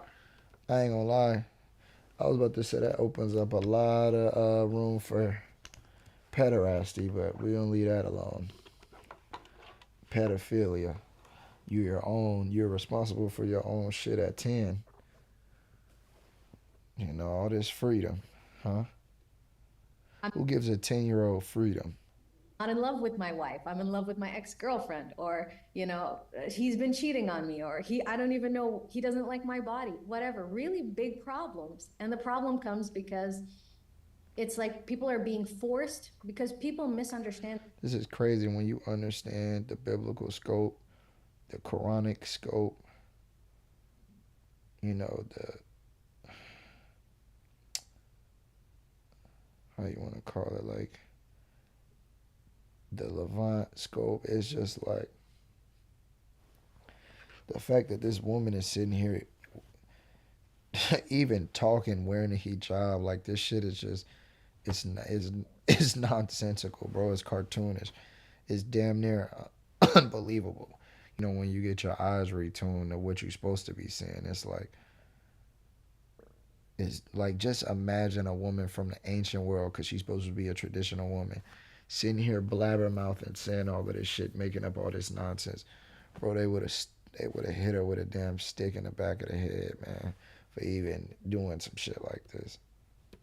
So it's just so crazy how far people come, but it's also an admission, an example, and a revelation of how bad the woman seeks correction is she's willing to put herself back in Islam and make up her own rules. It's like you ever been babysitting a kid or like a cousin, and you know you're watching them for like the third or fourth time, and maybe one day you got to take them to school and you're just kind of lost. And a lot of times they'll go put their clothes, they'll show you the order that they wish to have. You know what I'm saying? They'll go put, hey, no, that's my lunchbox and you're supposed to do this. And, you know, that's almost like the woman, like, hey, look, see, I'm covering my head so that, you know, and she's just hoping that the men get it. But she just playing on, hey, you know, a kid would say, hey, I'm just a kid. Like, I don't know, my mom does that. You know, that's damn near the woman, man. Because it's damn near, like I said, a real wake-up call type vibe for men. Look at this. You got a woman that's becoming a Muslim comedian just so she can have some order and some peace in her head, which I give her credit for that, because she could be hoeing. You know, in these days, you know, with OnlyFans and shit, I think a lot of women, and then too, I think it's a competitive thing too. I think it's a trick women use too to get men. Just like how women sexualize themselves to compete because they realize that's their advantage.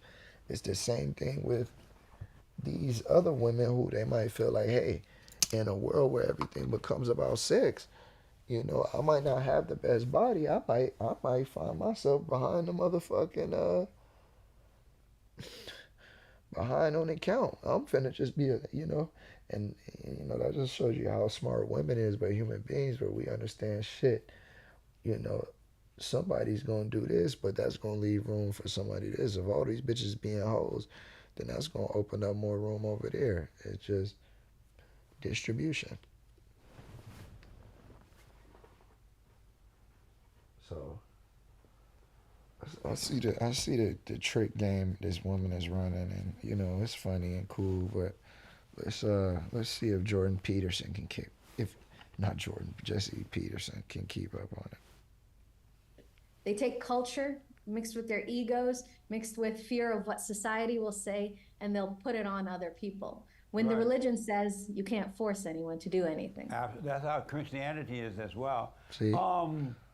But if you become a Muslim, and then one day you get tired of being a Muslim, you are out, they'll hunt you down like gang members and kill you. Those people are extremists. Just to put that straight out. Those people, that's not what God says. So when Islam came down, just like Klans members, it came down not just as a spiritual thing, it came down as a governing tool. That's one thing I like about the camps. They get out there and argue with these damn other religions, man, and they kind of bring some real. One thing I say about the camp, they represent, you know, I'll probably say, I don't want to put a number on it, but a high percentage of what's actually biblical, and just the reincarnation and all that bullshit they could leave alone. And a lot of the shit, you know, they take out of context. But let's just say even 50% to other people, 0%. At least they come with, you know, biblical stuff that's in the Bible. It was you. And not just new, quote unquote, Old New Testament, and, you know. So they be having a lot of counters for a lot of this bullshit. So, you know, shout out to them for the KKK members or Christians too, line. To govern a whole society. And so, like in the US, if you gave away trade secrets or you tried to bring the US down and you worked in like the government, you'd be considered, you know, like what do they call it? Deflecting away from, or defecting, sorry. A traitor. Yeah. And so then you would be held accountable. And so that rule came down because during that time, like I said, there was a lot of context. There was a lot of people who pretended to be Muslim, but they were trying to take the Muslims down. So I'll give you a little brief history for any of the viewers that don't know. Islam first started out in Mecca, in Saudi Arabia. But at the time, there was a lot of powerful people that didn't like it. They ran basically like a spiritual retreat, I'll call it. You know, so people would come to Mecca and they would worship their gods. So everybody had their own god and they would come there. It would bring business. It would bring a lot of power to the families that were there. Now here the Prophet came along. The Prophet was uneducated, sallallahu alaihi wasallam. He didn't know how to read or write. And he was there preaching, there's one God, all of these gods are false. And you know, the crazy thing that I tell people in hindsight, when you look at Mecca today, if you ever visited, you'll see that it's this huge economic like hub. There's so much money in there. But at that time, they were so scared that he would come and remove their gods and they would be destitute. So they persecuted him, and him and his people went to another city. And so they started kind of their own religion. They wanted to be separate from everyone and do their own thing. Right. But there were hypocrites there, people who were trying to take them down. And so this ruling came out to put fear in the hypocrites' hearts so that they didn't act on it. And so this is a fact. During the time of the Prophet, there was no one that deflected from Islam that was killed. He himself never put this law into action. And, you know, on a logical sense, like if I was looking... So you telling me there was a law that nobody ever broke? So why the fuck was the law in place if you didn't have any fear of anybody breaking it? This is the shit I'm talking about, man. At this outside, if I was a Muslim and I was kind of looking at this, it's almost like a deterrent, right? If you are governing a whole society, like if you were in a school and you said, don't smoke drugs in the school. If you smoke drugs, this is what's going to happen. These are the consequences. You know, obviously you don't really want any of the kids to smoke drugs, but if one of them comes up and is like, I smoke drugs and we're all going to smoke drugs and all the kids do this, it's going to cause a problem. You're going to kind of lose control and have like, so that's more of what it is, if that kind of explains it. No, and the reason, see, and she wants to believe in this la-di-da-di-da version of any religion. No, the truth is when people smoke them drugs or when they break them laws, they deal with the fucking consequence. There are actions behind the consequence. You're letting everybody know that's the reason of a law. Like, listen, bro, you do this, your ass is grass. And so this is why women, this is why the woman, is the helpmeet. Hard to believe the Muslim because they've been taught at childbirth, that you can deceive the infidel, you can befriend them, you can do whatever. She's doing that to you right now, bro. To deceive them in order to take them down. So like, you sound so nice, you sound so friendly, made me want to join up, right? But because I know you can't believe, because they've been taught to deceive, it's hard to believe the Muslim, even when they're nice like you appear to be, it's hard to believe. Yeah, that's a damn crazy ass. That's always a dead giveaway. That's how you know it's some con shit. How the fuck you allowed to lie to motherfuckers? You know what I'm saying? Like why is that written in there that, hey, yeah, you can lie to motherfuckers? Guys been trained to. That's how you know, man. It's the Most High be putting a lot of I'll be realizing, man, he be putting a lot of signals and signs out there for a lot of shit. Just to show you if you really pay attention, See the infidel. And it's like a sign of faith. Like, look, man, I told you, hey, that's like you tell your homeboy, hey, I'm gonna do this, look out for this, and you know what I'm saying? So it's just, so then the homeboy's in on it. It's like when you read the scriptures, you're in on the joke. Let me ask, do you love the Jews? Well, I love some friends of mine that are Jewish. I don't know all the Jews, so I can't love all the Jews. But just to answer that question, do you love the Jews? Do you love the Jews? I love some of my Jewish friends. I don't know every Jew, so I can't say I love the Jews. I feel like that's just a blanket statement. And so, but if you don't love all, you love none. That's true. That's true. So why don't You know, you love even- all the See, Jews? I was about to say good for her, but see, Islam has taught her to break things down, but here, you know, she's mixing it with that globalism, that Christianity, that every religion that is all about all inclusion and what is it, egalitarianism.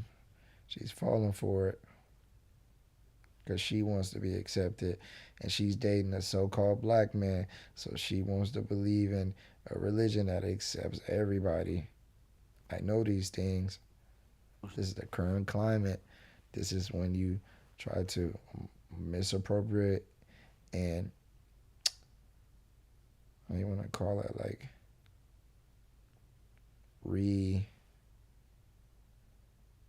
what do I want to call that?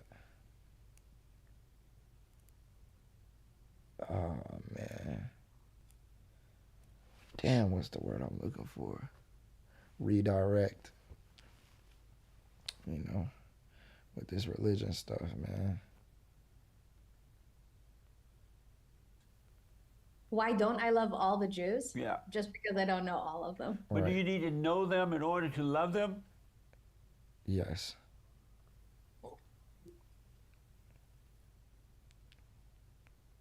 Even her, look, see, she's went in the common sense mode. Look at her eyes. She went in the common sense mode, and now she's gonna reflect onto this little cult of personality, this character she's trying to play on the You need to internet. know them in order to love them? Oh yeah, we got to remember that too. This girl has a public corporate interest. You know what I mean? She's got this image to live up to that reflects her, whatever she's been showing on her page. I forgot about that. Look, so see, do I have to know them? Yeah. See, that just, yeah, but let's see. I guess.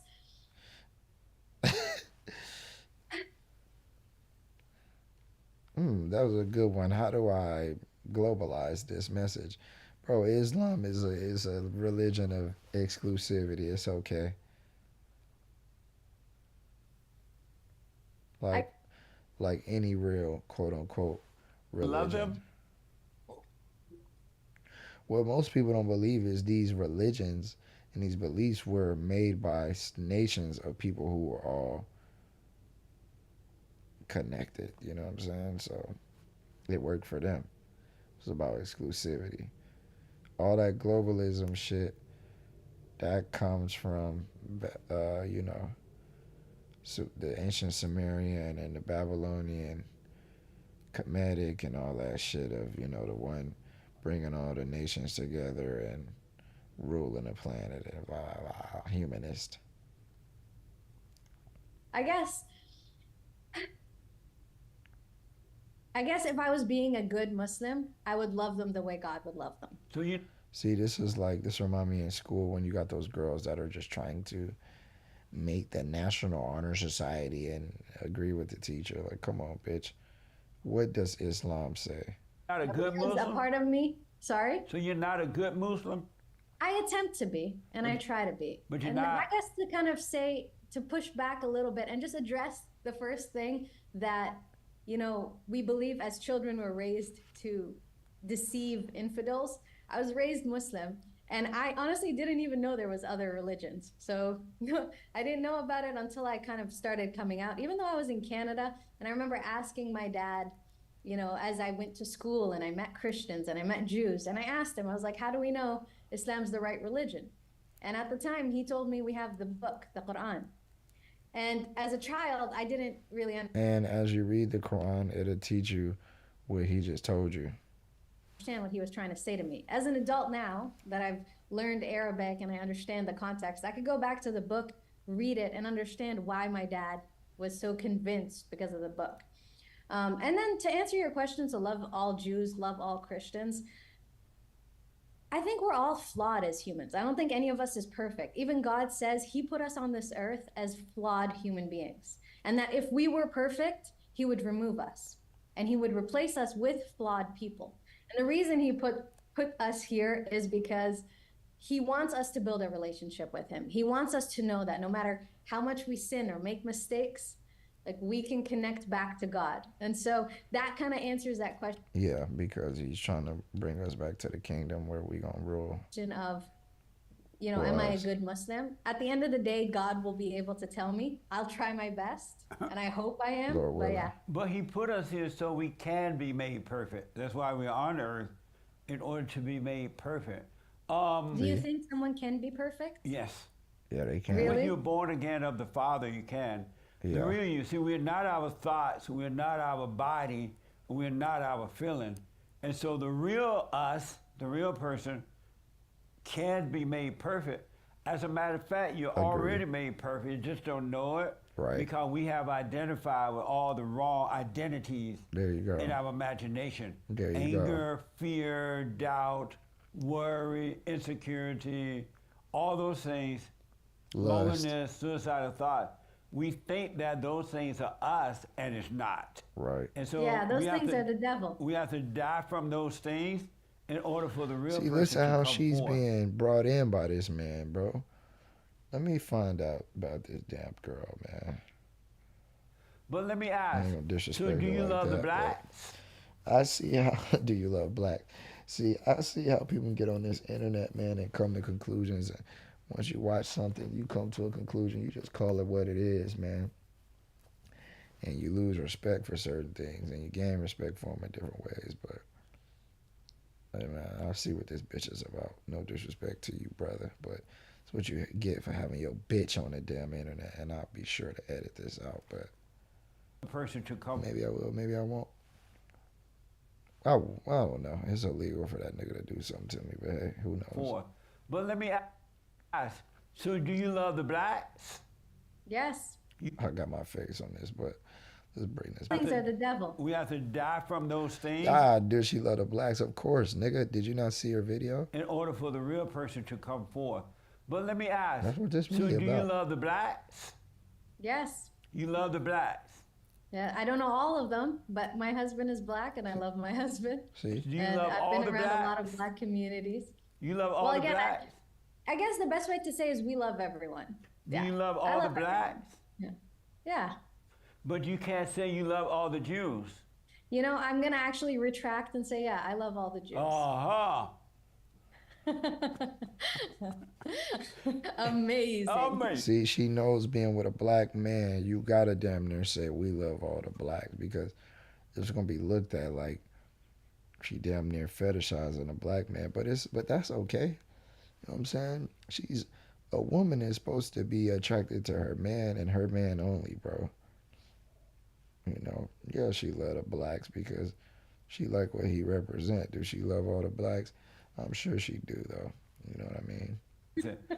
But that's why that came like that. You love all the Christians? I do. You know what? This conversation has made me grow. So, yes, I do. See how Nice. easily influenced this damn girl is? Because she's just a damn regular girl with a damn hijab on. And so if We you love all humans. And she was raised into something, and now she's back, and she love all humans. So, Everyone. Yeah. If you lived in a Muslim country, could you be a comedian? Jesse picked it up. Hey, man, we got to give Jesse I mean, we got to give Jesse some motherfucking credit. Oh, man. Hold on. This is gold. So if we you love all humans. Everyone. Yeah. If you lived in a Muslim country, could you be a comedian? Yeah. I mean, it depends on the country, but it depends. So- I think,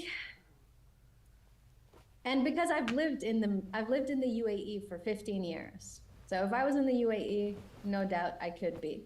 Again, culture will come in where people are not familiar, like entertainment, they tell you be an engineer, be a doctor. They're not familiar. They're familiar. It's fucking it's forbidden. They're familiar.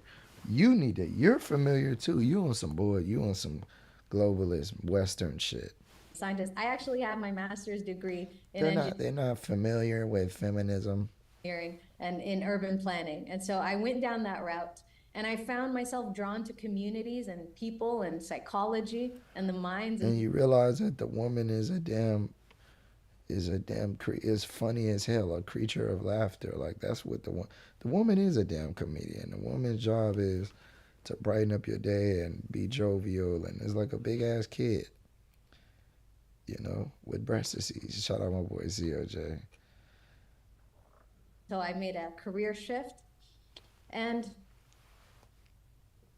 it really depends. It depends on how much I would want it. She like making her man laugh and attention and. Yeah. What's UAE? What does that mean? Oh, the United Arab Emirates. So Dubai, so you could Abu be Dhabi. you could be a comedian there, but you can't in other parts of the Muslim world. So I can't give a broad blanket because I haven't attempted it, but I do know comedians. Don't try it. Right. You know, it depends, because most people think of Muslim countries, they just think of the Arabs. Yeah. There's Muslim countries like Turkey, Malaysia, you know, Gambia, Senegal, Comoros that are 100% black. And I've been to. See, she talking about 100% black. But where did she's talking about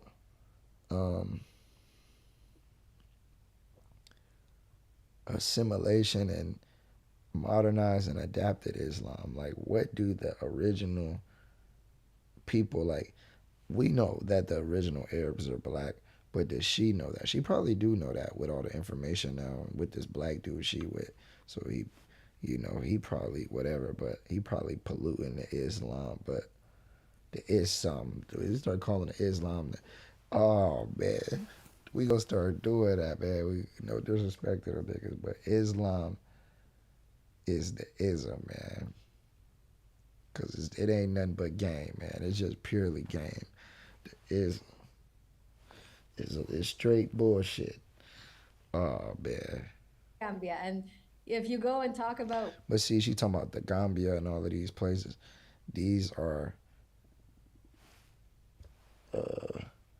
places that practice Islam, but what form of Islam do they practice? Is it the purest form? Wanting to be a comedian, no one's gonna stop you. Women, men, everyone can be kind of what they want. And the problem that I see with the Arab culture is people mix. How you got problems with the Arab culture when you believe that the Arabs, the so-called Arabs over there, created the religion? So see what I'm saying? So her thing is she gonna run behind the black people and then be this Muslim. So she basically just using black people to escape her reality, like a lot of these girls do. And then they try to turn their fathers into racists and say, look, see, you don't love and accept all people, and a woman's rights are equal to black rights. And I've seen this shit in real life. So she running behind that black army. Cause she know the black man, any black man is a fucking simp. You know, I don't know about them Gambians and shit like that, but Arab culture with Islam, right? So the religion is separate, even though it came down to the Arab. Until this is his first time hearing some shit like that. That's why it's good to dialogue with people from these places, cause you know you kind of get off script, and you can tell that's what he's looking for, and so. I gotta give him some credit on his growth, but I know his agenda though. But we'll give him credit for that. We'll take all that back. You know, some people say it was because the Arabs needed it the most. It is the Arab culture had so many problems in it, and so I like to put that distinction because even in today's that's interesting. I didn't know that. What's the difference between the Arabs and the Muslims? They all look the same, and they dress the same. Culturally, what's the difference? So, for example, I'll tell you something Like Arabs are a culture. They're a culture. They're people that speak Arabic. Not every Arab is Muslim. There's Christian Arabs. There's Jewish Arabs. There's atheist Arabs. There's Muslim Arabs. Muslims are people that have submitted themselves to God, that follow the religion of Islam. The language that it primarily came down in was Arabic, because it came down to the Arabic people first, and then it spread to many regions. But today, you'll find Muslims that are white. You'll find Muslims that are Asian. So it started with those people in your estimation, but now you're trying to say that those people don't know the religion, and you know the religion. Asian. You'll find Muslims that are black. You'll find Muslims that are Hispanic. You'll What find a Muslims. mess. You said what a mess, but you're a black Christian though, brother.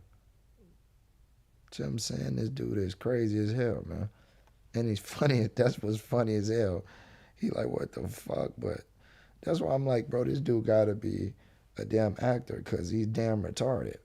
Every single race, there's so many different types of Muslims. And so, you know, if you go on Google and you search Muslim, it's going to give you like a... He might be saying, what a mess. Like, that's too many people on the op side, but they just came off dumb as fuck, though. Arab guy with a beard, a white hat, a white dress. And that's what everybody thinks that a Muslim is. But Muslims come in different colors, different shapes, different sizes, different ethnicities. Yeah, because of religion. One other quick question. There's so many things I want to ask and time going by. Do the Muslims want to conquer America? So not conquer, because conquer gives war vibes. And, you know, I'm not a fan of war, but Muslims do... How you not a fan of war? Allah is a fan of war. ...want to... So you know this bitch is just using this shit as a blanket, like that damn blanket on her damn head. ...spread peace. And like for me, I focus on spreading peace. These bitches is liars, man. Look at her eyes. And for me... Spread peace. And like... It's like she's doing all this to promote herself. For me, I focus on spreading peace in the household, right? So my focus is... Hey, I like that though. Yeah. For me, I focus on... At least she's playing a damn woman. It reminded me when it was little, all the girls wanted to play like a mom and a wife, you know, when they played make-believe. Spreading peace in the household, right? So my focus is spreading peace between husbands and wives. Right. So if you... So she's got enough sense to understand it's a man's world, and the best place for a woman to get her attention is at home with her husband. Ask me, do I want to spread my message across America and the world? 100%. Are you married? No. Have you been married? No, I live with them. I have kids. Well, I have one son and grandkids and great-grandkids. And it's a mess. It's a mess? Yeah. What happened? She was crazy. Well, you know how women are crazy? You were drawn to her? You know how women are crazy? I know how women can get crazy sometimes. But you know what? You know what? I tell men this. I tell men and I tell women, you have to pick a good spouse. No such thing. See, this is where women can get their thing in, is they can speak on how to be a good woman and how to make a man happy. That's a new lane for them. Shout out to them, because that's what they should fucking stick to. There is such... You have to pick a good spouse. No such thing. There is such... You can tell she's such a fan of him, because she doesn't even get offended by him. Like, she rolls with the punches. She knows what he's about, and she engages. So you can tell she's like much younger. Hell, she might be my damn age or a little bit more, you know, or a little older, or maybe younger, you know, just fat in the damn face. But, you know, it's a cool little interaction. You don't believe that Christians can't find a good woman? Ah, nah. There's lots of good women. I'll tell you something. You know why they don't exist? Because... Say that again? May I tell you why there's no such thing as a good woman? Tell me. Because the God above is the man's God, and the God below is the woman's God. That's true. And so she has the same nature that Satan has. And so that's why it's the responsibility of the man to bring the woman out of the hell that she's living in. Yeah. So, okay, here's where we're going to... That makes sense? I'll tell you where I agree with you and where I disagree with you. I agree with you that above the man has to be God. Yes. And above the woman has to be her husband. Right. I agree in that sense. Because God created us both. When he created Adam, peace be upon him, he saw that Adam was lonely. He needed a companion. So he created Eve from his bent rib. And they said a woman comes from the bent rib of Adam, and if you try to straighten that rib, you'll break it. So she comes with flaws, it's known. But if you pick a good wife... No such thing. Good men, wait, you pick a woman that will submit to you, she will follow your lead if you're a good leader. But you have to learn how to be a good leader, a good husband. And I also add this. A lot of men today, they're married, but they'll have other women. I promote marry them all. Have 2 wives, have 3 wives, have 4 wives. Nah. Because one. This is what this was about. See, that's why I clicked on this. It was a polygamy thing. I wanted to see them go at it about the idea of polygamy. That's what it was. But I got a much in-depth look into this whole video, but this is funny as hell. I follow Islam and God have 2. Yeah, I knew this was going to be a polygamy thing. And a nigga like him, he should be with polygamy if he believes there's no such thing as a good woman. But wives have. I just picture him being like, what? You on polygamy? You're crazy. 3 wives, have 4 wives. Because one, I follow Islam. Oh, now you follow Islam and what it teaches. What about everything else, woman? Have 2.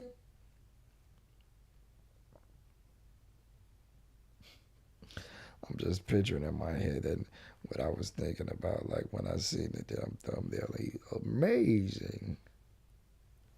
Wives, have 3 wives, have 4 wives. Because one, I follow Islam and God allows this. But 2, men and women have different natures. There you go. And men and women are different. So when man is just. See, women are starting to understand this. And a lot of times they realize a lot of their problems have just been off of not understanding that a man is a man is a man. With one woman his whole life, in a society where sex is sold to him, where his wife Run that back. life, This bitch got in a some society sense. where sex are different. So when man is just with one woman his whole life, in a society where sex is sold to him, where his wife won't always sleep with him. A woman has 4 weeks where her hormones go all over the place. There you go. There's 1 week where she's down to sleep and 3 weeks where she's like, leave me alone. So Well, Beth, I believe. I want to ask you about that, but let me go back to one thing you said first. You said that Adam was lonely, right? But he wasn't lonely, he was alone, meaning that he needed a woman to have babies for him because God wanted, instead of creating man with his hand from the dust of the earth, he wanted to find a quicker way to do it. So Does it say that?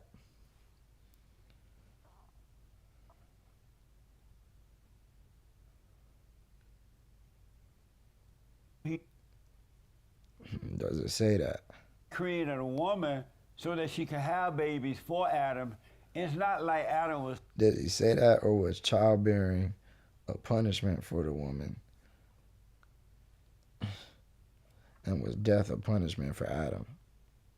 All alone and he was lonely and he was out of it. He didn't have those kind of feelings at all. And God wanted us to love him by choice and not by force.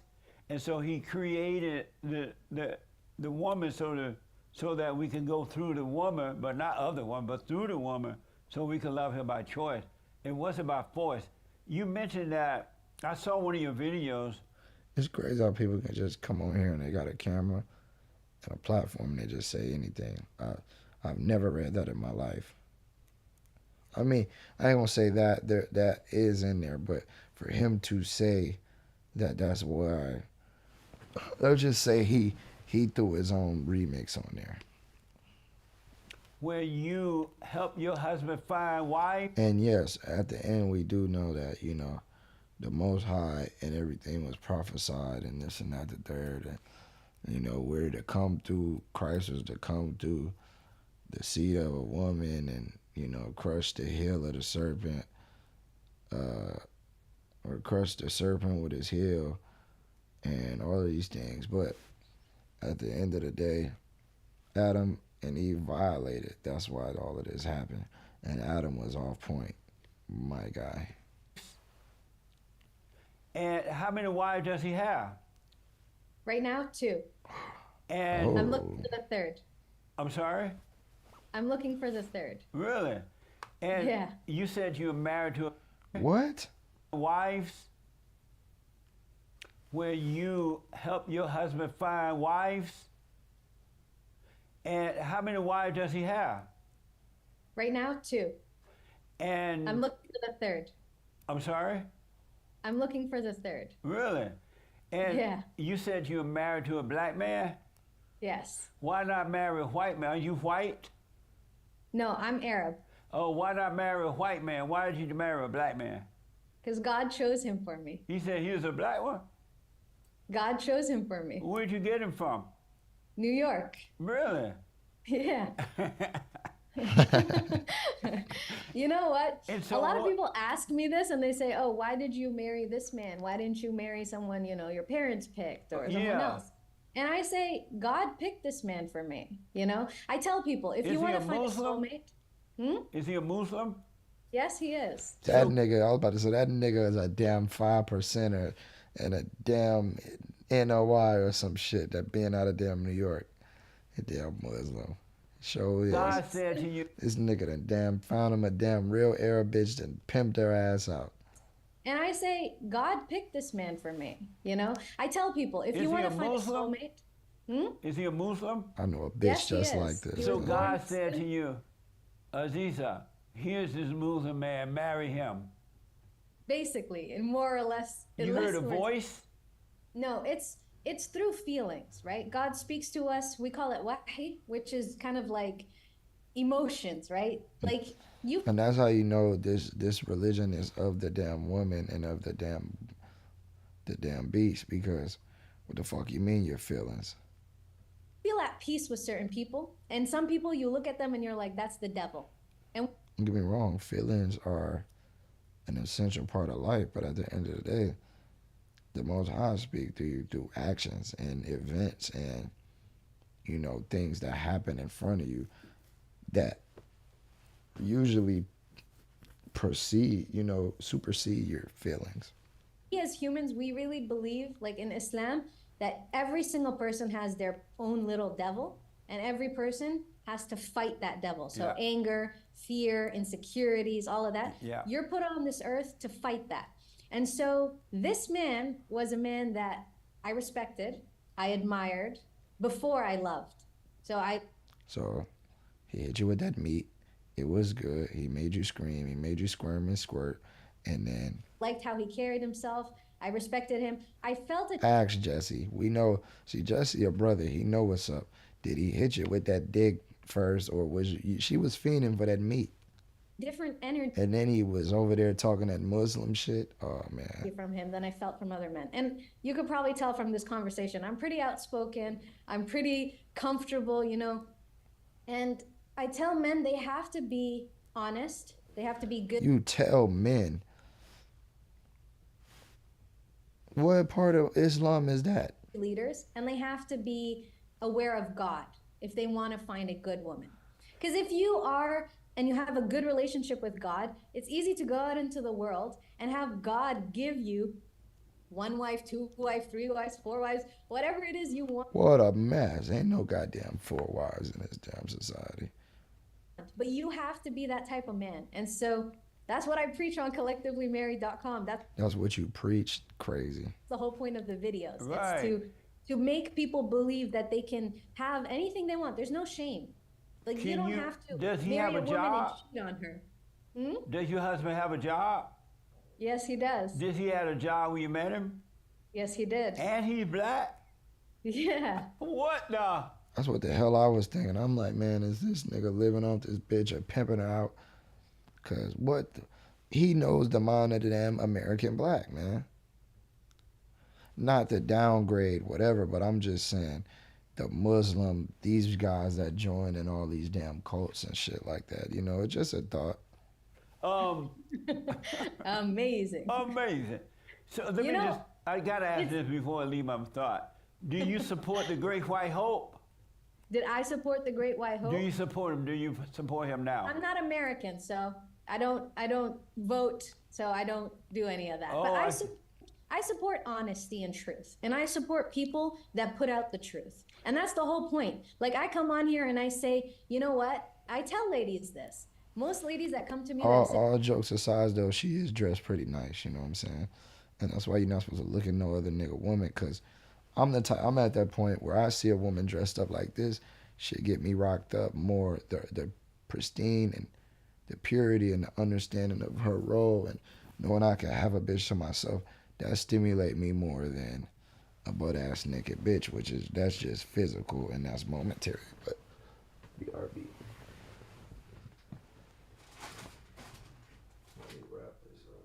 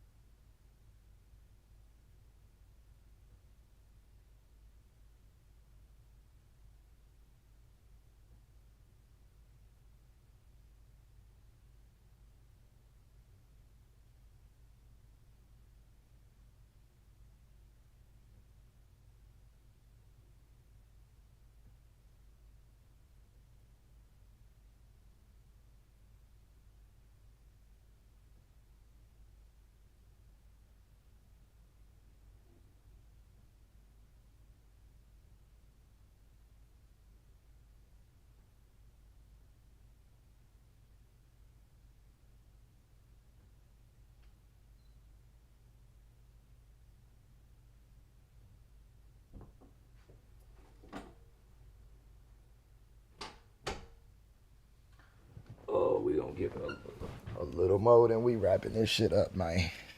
Oh, my man cheated, or I broke up with a man because he was not loyal.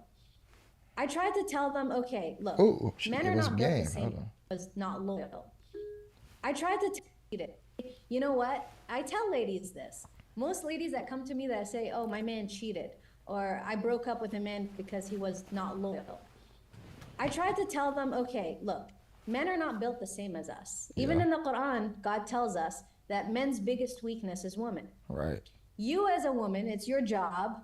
You know, women, sometimes we've been pumped with all this media that tells us like. And I'm gonna be honest, a lot of women, I give a lot of these women credit though, because a lot of these women that ain't been able to find men, you know, they realize, look, man, I might end up dying lonely. I might be with this dude and he's gonna end up cheating on me. And it's the same cycle. Some of these women who don't have the options, that some of these way super attractive women may have, they peep the game and they realize it. You know what I'm saying? And I'll just put it to you like this. When I was growing up as a male, I felt like, yeah, I was attractive, but I felt like I was your average attractive dude. Like I felt I was pretty typical, pretty normal. So I understood my options, you know.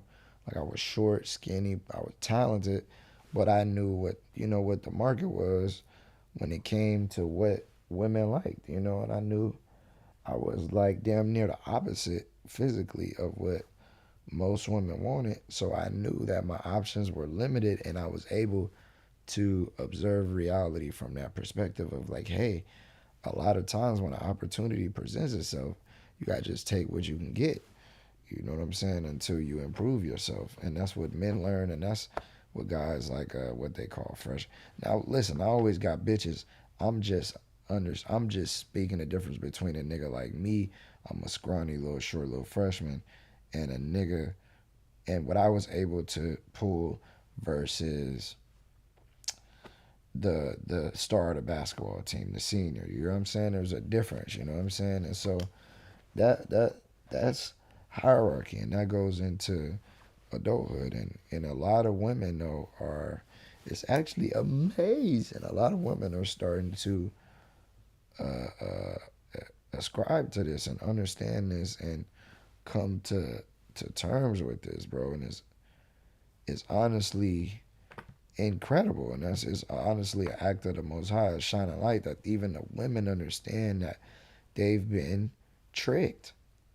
You know what I'm saying? They've been tricked because women realize, damn, I'm struggling as much as a man, and I'm looking for a man that's a superman. But to get a superman with all these high standards, I damn near gotta be a super bitch or extremely, extremely attractive. And even then, if I'm just getting a man because of my looks, it's always gonna be a bitch. You know, the way the man works, it's gonna be another bitch that look better. You know what I mean? So these women, they starting to understand this, and it's crazy because the men are the lowest and slowest to fucking get it. Because we've been programmed to worship pussy. You know? Man, I was going to say something, but I ain't even going to say it, though. But, yeah. It's crazy. Let's run it back and see if I get that same euphoric Biggest feeling. weakness is woman. You as a woman, it's your job. You know, women, sometimes we've been pumped with all this media that tells us, like, Prince Charming's gonna come and take care of us and all. It's crazy that women are starting to, and it's actually amazing. It's incredible where these women is like, yo, we've been pumped with this. I've even had breakthrough with bitches like this. Only my bitch is the only one that, my bitch, she still got this princess programming, dumb as fuck, and that's why she's a concubine, and that's why she gonna die sad and lonely, because she don't want to fucking or she only want to listen when she have to listen. You as a woman, it's your job.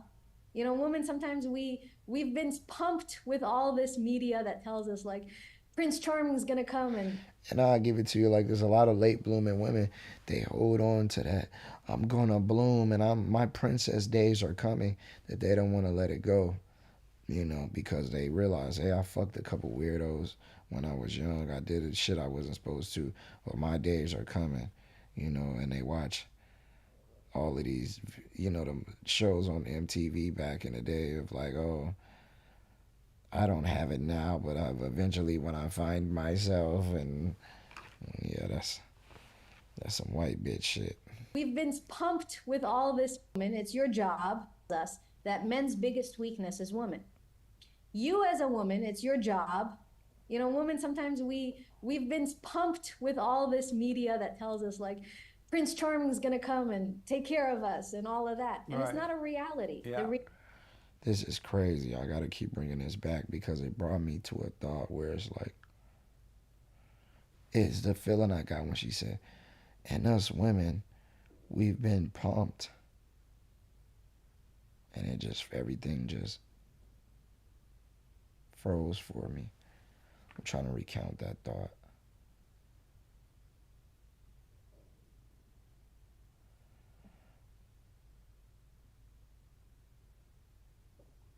Let's run our subject. Let's run our statement back to the top. Thought, do you support the Great White Hope?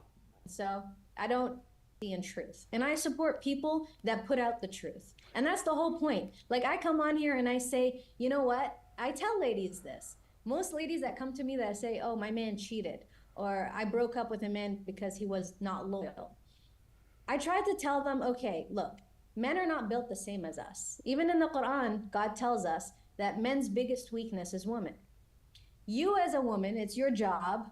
You know, women, sometimes we've been pumped with all this media that tells us. She said, women, it's your job. And she was about to get into some game. And she's like, women, we've been. This is crazy.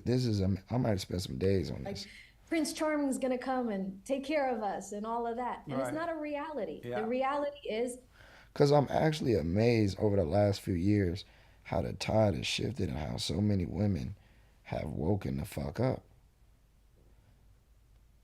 And at least with her, she can tie it back to the religion she was originally raised on. And she's able to view societies that operate differently.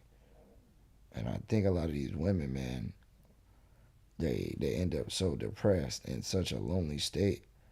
Man. Because he was not loyal.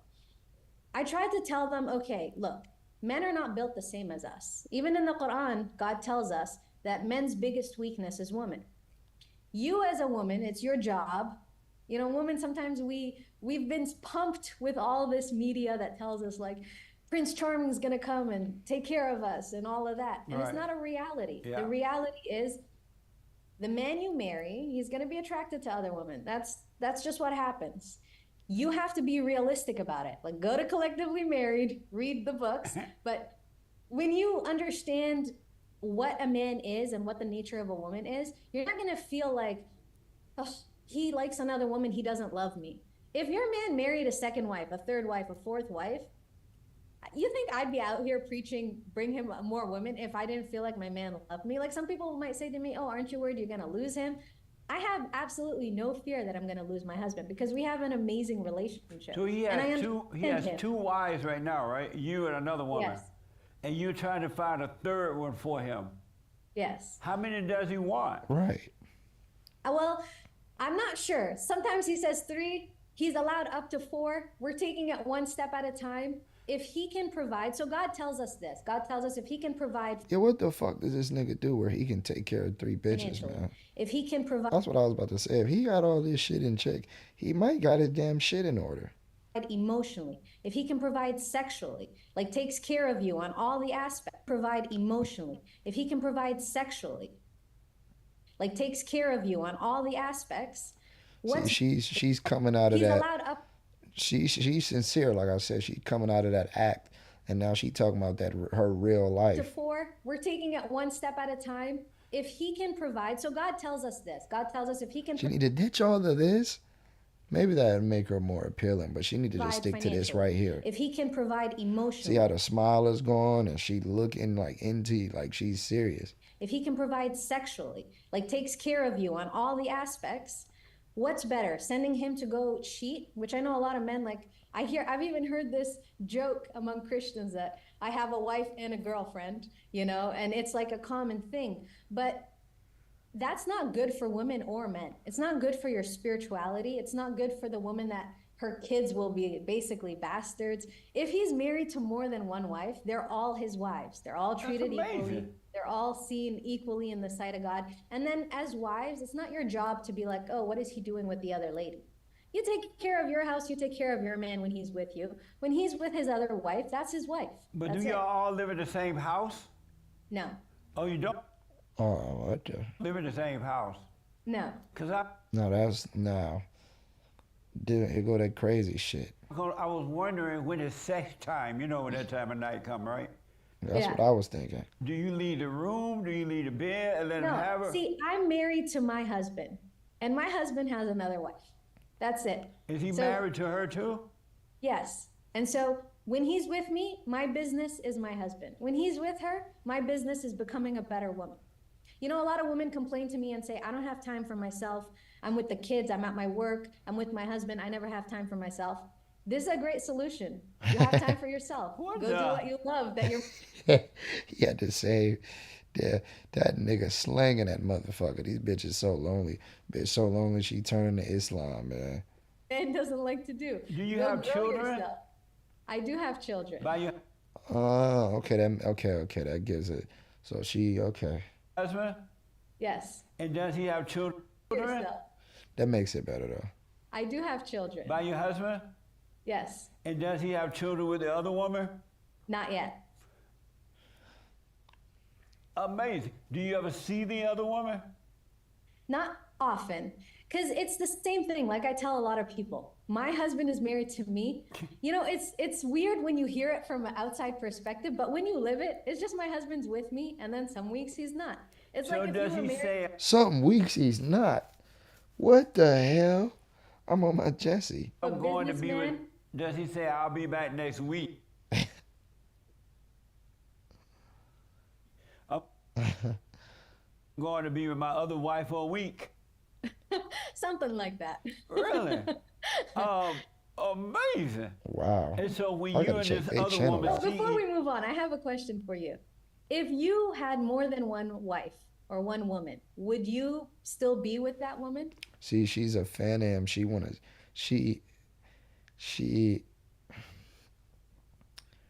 respects and admires what he thinks, you know what I'm saying? So she wants his approval. In my father's state, I would not be, but now I would. Because when I realized I didn't love them, I just wanted to have sex with them. Men don't love women, they just love sex. Right. Until they overcome, until they return to the Father and their normal nature, and then they are no longer subject to the woman. They only subject. No, we love the woman. We just express it as sex. You know what I'm saying? We just we get taught to go after the wrong things. We get taught to value the woman for her looks and her beauty to God and the way she acts on a surface level. See, I have my platform because I can speak as a 30-year-old man and disagree with niggas and speak on my own perspective, man, and disagree with the elder brother, you know what I'm saying? And it just came out so natural because I'm chilling versus sitting there. It all tie together. And they can love you with his love, right? And then you only need one wife if you want a wife. You don't need a dozen. But a man that needs a dozen wife is only about the sex. 4, however how many. How many husbands can you have? Just the one. All right. Why you can only have one, but he can have up to 4? Because here's the thing. He can get them all pregnant at the same time. So when he get her pregnant, here's the thing. If a woman is sleeping with multiple men and she get pregnant, she's responsible to carry that baby, and she's linked to that one man, and she's sat down. That man can get as many women pregnant as possible because his shit is external, her shit is internal. It's just that simple, bro. You know what I'm saying? He can procreate with multiple women at all times because he's a producer, she's a consumer. It's that simple, my dude. Because God said so. And even when if did God say that? God had never said that. Yes, he did in the Tanakh. God said that in the Quran. I rest my case. He said it in the Tanakh too, sister. Do not let this man. So look, I'll tell you something. Look at the anatomy of men and look at the biology of women. Look at us both. Right. Like, even if you break down the biology, how often can a woman get pregnant? Like, once a month? She has a day or two where she can ovulate, she can get pregnant. A man, when he releases his sperm, he releases 300 million Even a woman is more on point than this fucking clown. Sperm in one session, right? Look at him when he hit with the fact as a man. He like, damn, look how his jaw shift and everything. He releases 300 million sperm in one session, right? He like, damn, that makes sense. And they said, I forget the math, but they said if all of humanity disappeared, like all the men on Earth disappeared, and it was just women, it would take like 26 men to repopulate the whole population.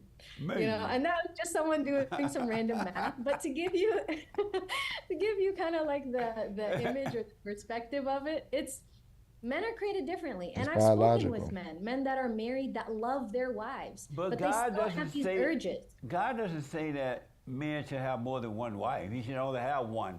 No, God says you can have as many as you take care of. I know in the Old Testament he had more. See, Old Testament, the Tanakh. There you go. Come on. Wife. He should only have one.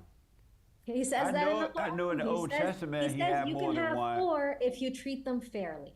And that means that but God never said that, though. God said that. That's made up in the Quran. Take it up with but God on the day of. You guys believe in the day of judgment, right? In the day, I don't know what that is. What happens at the end for Christianity is what happens when the earth ends, when you die. The earth is never going to end, and we're never going to die. What about all the people that have already died? There's only one death, and that is the death of the ego, the false self.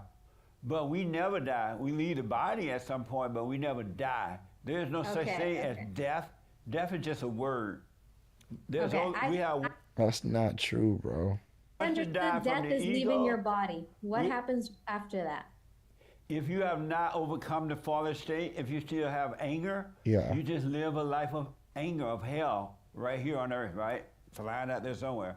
But if you have... That is not, the scriptures does not say that, bro. Given you have perfect love, you live a peaceful life in space, wherever, right? But you never die. There's no such thing as death. Yeah. But I gotta ask this.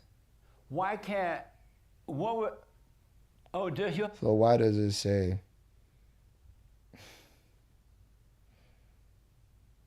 the fear of the Lord leads to life?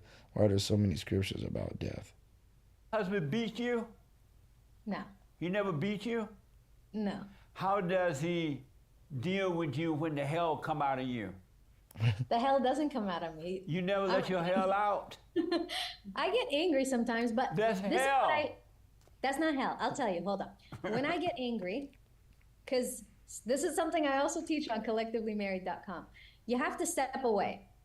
The human brain, when you're stressed, angry, or scared, the logical part of your brain shuts down. Right. And if I'm in that state, I don't raise my voice to my husband. And if I feel like I'm going to, I tell him, like, I'm not in a state to talk. We understand this. And I step away, I calm down, we come back, we have conversation. She seemed crazy though, like this bitch that thinks she know everything, but I'd rather have a bitch that thinks she know everything than a bitch that, you know, is just wicked. If you come to your man, and I see a lot of women do this, where they come and they try to outman her husband or her, whoever her partner is. When you come and do that, number one, both of you are in a state where your logical part of your brain is shut down. So you're never gonna resolve the issue. All you're gonna do is yell at each other, and it's gonna get nasty. Sometimes it'll get violent, and that's why. It's because people aren't educated on relationships and how to stay married. The divorce rate is so high because people don't know how to communicate with each other. So because people are misled about what the institution of marriage and love is supposed to be, and spirituality and life in general. I have a problem with my husband. If he has a problem with me, even when I was starting to grow up and my mother was telling me about getting ready for marriage, she used to always say, if one of you's fire, one of you's water. Like, you have to be calm with each other. And that's just something that we implement. Why not overcome your hell that your anger is evil, anger is hell, anger is abnormal, and anyone that has anger doesn't have perfect peace. Why don't you overcome the anger, period, and have nothing? Because it's pure evil. Why not overcome it? This is why people don't fuck with Christianity, because she's a lot more grounded than this dude. This dude is damn near speaking of some damn wizardry shit where you'll never be mad and, you know, and cry. That's these fake Christians with these cult of personalities. And with that being said, man, thanks for tuning in. I hope y'all like this installment. I hope I like the installment. It'll be something nice to review.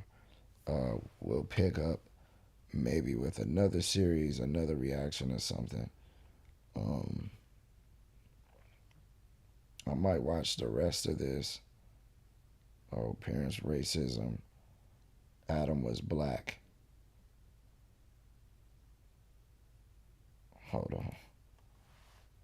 Created us all, and it was black made out of fire. That's what, and this was an Islamic cartoon. There's this subliminal messaging that shows black as less, and that's a big problem because God said God created us all. And now I told you that was black. He created him out of. That was her problem with the Arab world. Is, you know, she understands that the original man was black, and because she was born in the information age, so she has to have this understanding. I'm sure she does with her parents. But this is the dynamic now where these other women and all these other people are starting to understand history because they're bucking away from the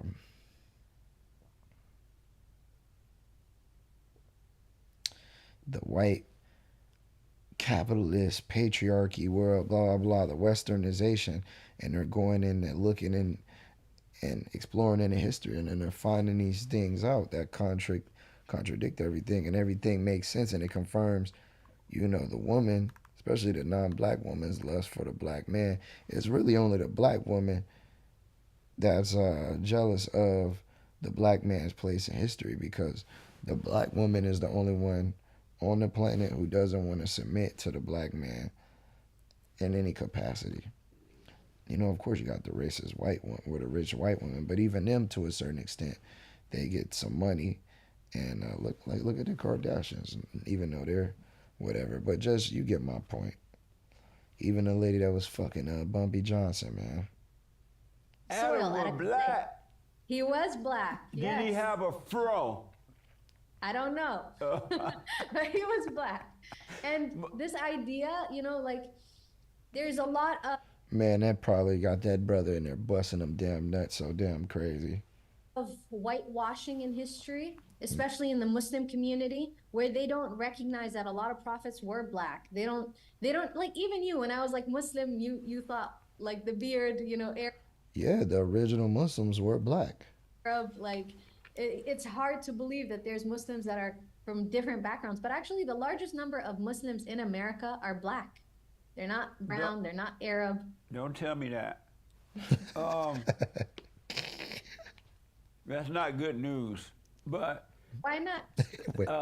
Because blacks destroy, they don't build, they destroy. That's not true. Yes, it is. Have you gone to Africa? What? Have you been to any country in Africa? Africa is hell to live in. Ain't no way I'm going over there. I used to want to go visit. You gotta go there. Go to Gambia, go to Kenya, go to Rwanda, go to Uganda. I only named 4. Go check them out. But Rwanda is a bad place, horrible. It's not.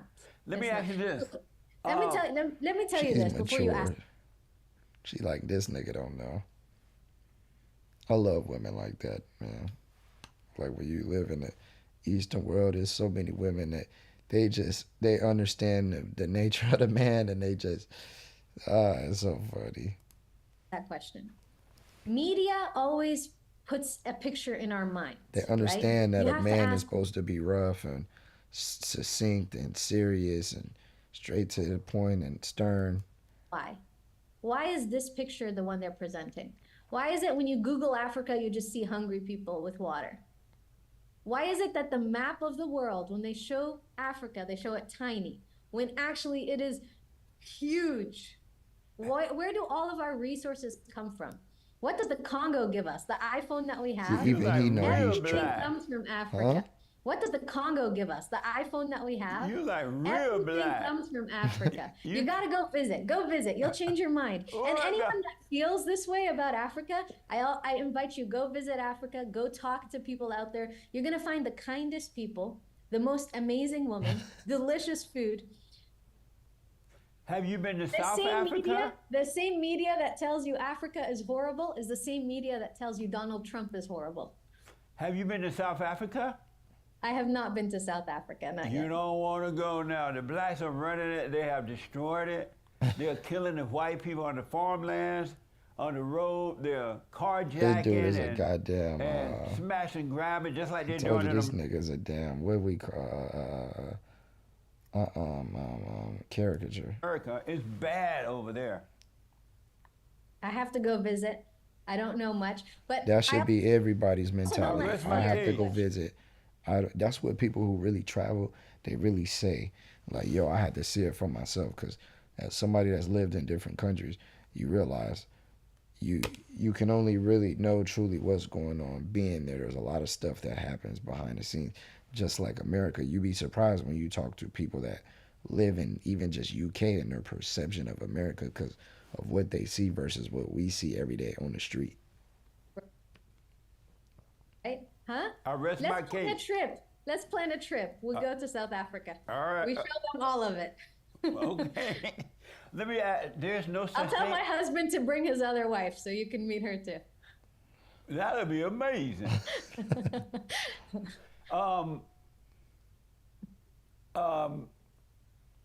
There's no such thing as racism. You said race. Oh, I want to ask 2 questions about that. Number one, why do the Muslims hate the blacks so much? Again, it's not Muslims, because there are black Muslims. The Arabs. Right? The Arabs hate the blacks. Why? And it's because of colonization. It's because of ego. It's thinking someone is better. All right, we'll take a break. I'll comb through this and find a nice little segments. Who knows? I might make a actual breakdown and sit down. There was a Stephen A video I was gonna break down. There's a Monique video I'm gonna break down. Let's see. Not to give too much away.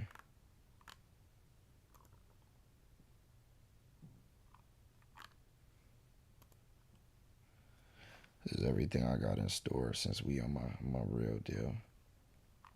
So a lot of this stuff I was finding right before I got on here with y'all, but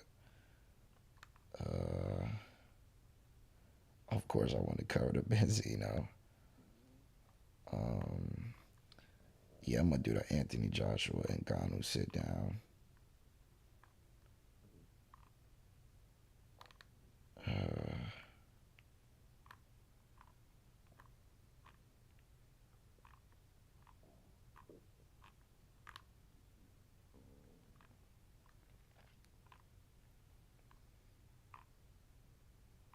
Probably do this Rashad McCants, Theo Penson joint.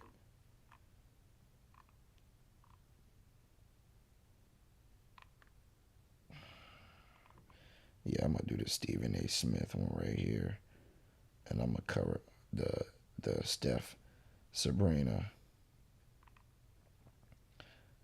I might talk about the Larry Bird. I don't know. I might talk about the dunk contest.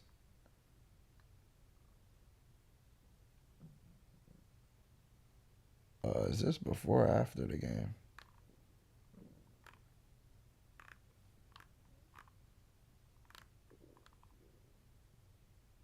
This primary top, I really like how lightweight it is. I really like these ventilation holes. I like how it hangs, how loose it is. Nigga.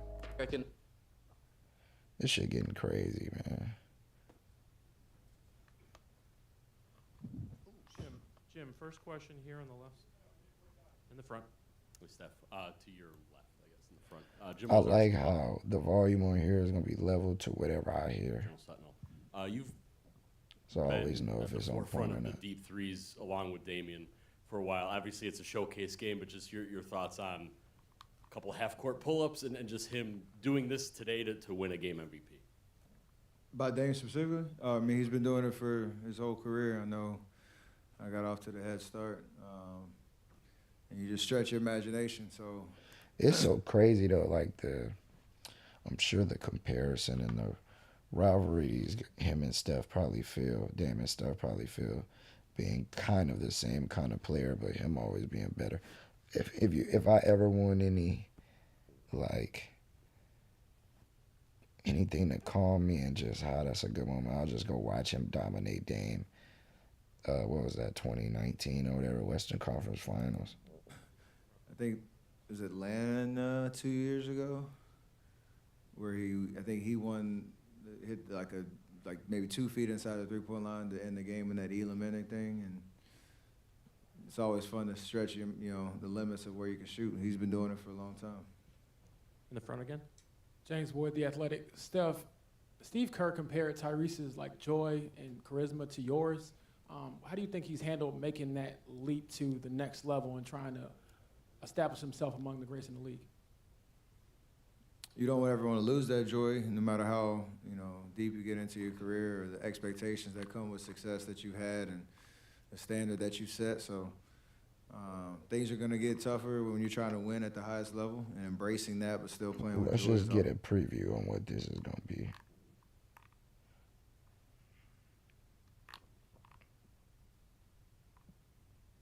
Class, without question. And we're going to be talking about the Super Bowl as well.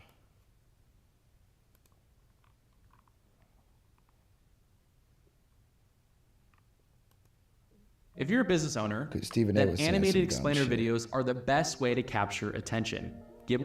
And I like it, and it's clean, and it's good to say it just like that, because that's just what it is, and that's just what it was, and covering it like that, and he just was saying some dumb shit, man, and it's about just speaking about what he said, and not just him, but just specifically just what he said. He said some bullshit, and we gonna. I'm over it, okay? See, when something's that explosive like that, you can just cover it from the jump. Let's get a little preview. I'm over it. I'm over it, okay? Just take react. All-Star Weekend and get the hell rid of it. Just get it out of here. I'm done with it. I'm done. I got more to say. It's the Stephen A. Smith Show. Let's go.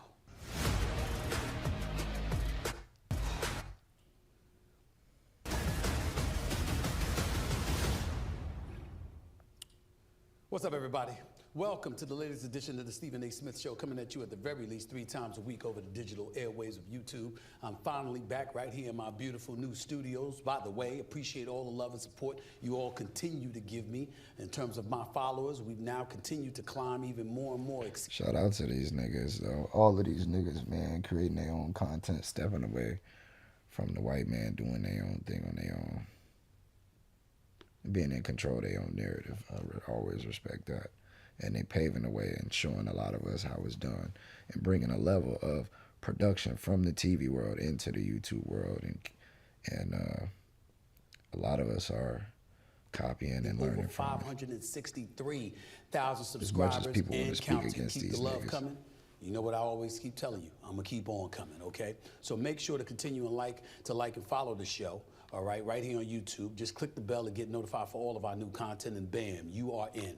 And while you're doing that, please make sure to pick up a copy of my New York Times best-selling book, Straight Shooter. Like I said, man, nobody want to read this goddamn non-fiction book, man, Stephen A. Nobody want to read a damn non-fiction book. To get yourself like Jason Whitlock said. Right? And since I am in my studio, we'll nigga in take your there. Calls a little bit later on. Nigga in there lying about goddamn everything about Winston-Salem and all this other shit he was doing, man. We don't want to hear about all that bullshit, man. Jason Whitlock already exposed, man. Listen, man, I met Stephen A. Well, I met him in person when I went to ASU and he was giving speeches. So it's hard to dislike somebody when you've actually seen them in person and you've seen them and how they are in person, and then you can kind of understand more. What they are on TV is a magnified version of what they trying to project themselves as. So I could just imagine if somebody only knew me from the comments that I made and the character that I play in entertainment-wise for this platform. So, but still to this day, still to this point, though, nigga got to be held accountable for what he says. 888-727-5303. That's 888-SAS-5303. Now let's get right to it because I got a lot of stuff on my mind, okay? The National Basketball Association All-Star Game happens every February and showcases the league's brightest stars, the players. Yes. The game itself is supposed to be a marquee event for the league and their fans. Well, Sunday's All-Star Game produced... And it is. ...a record score and another forgettable blowout as the players did not learn, evidently, from last year's fiasco in Salt Lake City. The Eastern Conference blew out the West 211 to 186. Here's my problem, though. Here's my problem is, at the end of the day, bro, it's an all-star game. These niggas get paid, and he's going to speak on this, but these niggas get paid too much, bro. You know what I'm saying? So it's like, I enjoyed it. I had other things to do, so I took my eyes off it. But I enjoyed the ability of skill, man. Damn near every player on the court can shoot and score. And at the end of the day, if somebody gets hurt in the All-Star game, and he's gonna speak on this later, but it's almost damned if you do, damned if you don't. Because if you get hurt, like a Joel Embiid, right? Chasing regular season awards, or these being this old school player, this and that, the third, which a lot of that, which credit to Chronicles is true too. A lot of these players aren't training the way they're supposed to. They're training to fulfill their contract instead of training to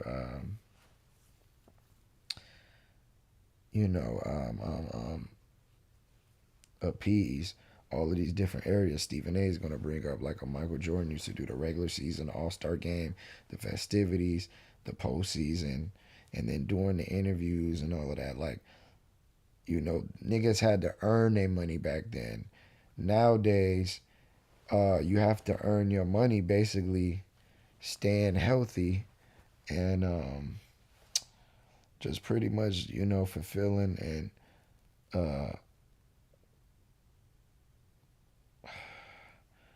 obligating yourself towards the obligations of your contract. I could only imagine a guy like Kawhi. Like me, I'm cool with the All-Star game because it's just like at the end of the day, it's at a level where the regular season, the pace of the game, we're going to talk about all of these things because I was anti everything. But now that I actually coach, train, and you know, I'm involved in athlete scouting, I have a different perspective, man, because the way the game is played and taught these days is almost too many possessions to bring back the defensive era we all know and love. Like, there's so many moves. There's just the evolution of the game, and I hate that term, but it's honestly true because these kids now are learning moves and learning everything faster because you have to understand the NBA is 70-something years old, and there's an evolution of the game that took place, you know, where the game became more popular. So then that growth is going to expedite and multiply at a different level. You know what I'm saying? It's not linear. It's, all right, you got the introduction of NBA, you got the ABA, then you got, you know, the TV, the introduction of TV, then you got Magic and Bird, and then Jordan with the sneaker, and then linear cable and all teams. Now you got League Pass, you got the international aspect, and just everything in society. So we're at a point now where these guys are getting multi-million-dollar contracts, and with streaming, even the guys in the smaller market like a Shea Gilgeous, he brings a whole new economy to a team, bro. So it's like Ant Edwards, guys are going to places that you know, are smaller market places. You know, you got teams in Toronto and things like that, and Memphis and Indiana and all these, Denver, all these smaller market teams doing their thing, and you can't, you know, help. You know, you got markets like Phoenix and Miami, and you know, you even got a guy like Jordan Poole in DC. You know, so it's like you're asking for a lot to have these guys that have these responsibilities of carrying these franchises to come out here and play a full game when everybody on the court is so lethal. The difference back in the day, and I'm gonna be real though, I was watching the 1985 game and I realized, like, everybody shot so close to the rim, and I remember watching it and getting frustrated because in hindsight we know how good Michael Jordan was, and they were kind of freezing him out, you know. And I was watching like guys like Dominique. This is so crazy how I get to explain this, and it's based off of what I actually seen, empirically based. But Dominique was going to the rim. He kept going to the fucking rim, and everybody was open, or Dr. J or Larry Bird, they were all going to the rim, and the paint was clogged. And it's like, yo, pass to Michael Jordan. He can hit that open shot. And it just was. And then Jordan got to the point where he was on his Anthony Edwards, to where he like, fuck it, they ain't giving me the ball. I'm just going to go 1-on-5. And, you know, it's just a different game, you know, to where the strategies and all of these things were still evolving and being developed, you know what I'm saying? And the techniques and the rules were different.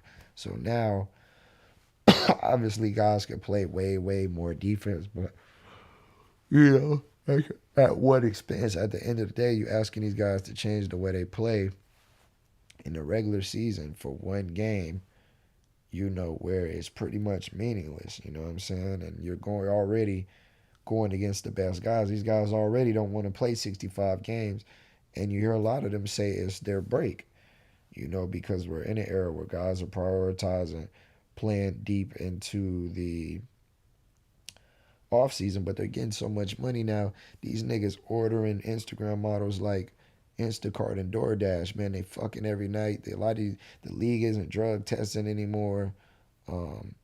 With social media, you have access to everything, so these guys aren't locking themselves in the gym no more.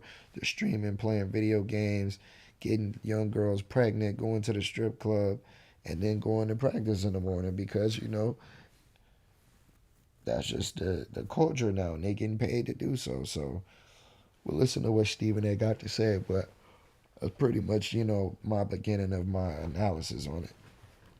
She couldn't count. The East was the first team in All-Star game history to score at least 200 points. First of all, no defense whatsoever. no pride, no competitive fervor, nothing. The greatest players in the world showed up and basically gave you a version of flag basketball. I never heard. I agree with this, but at the end of the day, I think the dynamic, I noticed this, the older players start off, like their first quarter, they put on a good pace. And I think the problem is it's gotten to a point where the younger players are so, they've grown up in an era that's so offensively motivated that they're actually only one-way players. So if you're, a lot of these guys like a Steph, Durant, LeBron, they're older in their career, so they're more like, they're more reserved for offense, like how, you know, older players get, like a Larry Bird or a Magic. Like they're already conserving themselves to be offensively effective. So then when you got these young guys where all they do is play offense and run the floor, it's almost like go to a gym now and try to be an older guy trying to control the pace. These young niggas just go up and down and they Euro, they getting into their moves, they shooting, they don't even, they think north and south is no more east. You know, if they do go east and west, they're on some ball dominant Kyrie, Bradley, Bill shit. So it's just a split of generations. It's a different game. And you're asking guys like KD, LeBron, and Steph, who are trying to preserve their careers. I mean, look, Giannis gets up and down, but you're asking guys like KD, LeBron, and Steph to be defensive leaders when they gotta, for one, they gotta save themselves for the season, but two, you know, these young niggas is in their prime. They got them young legs. They blowing right by them niggas, man. You know, it's just, it is what it is.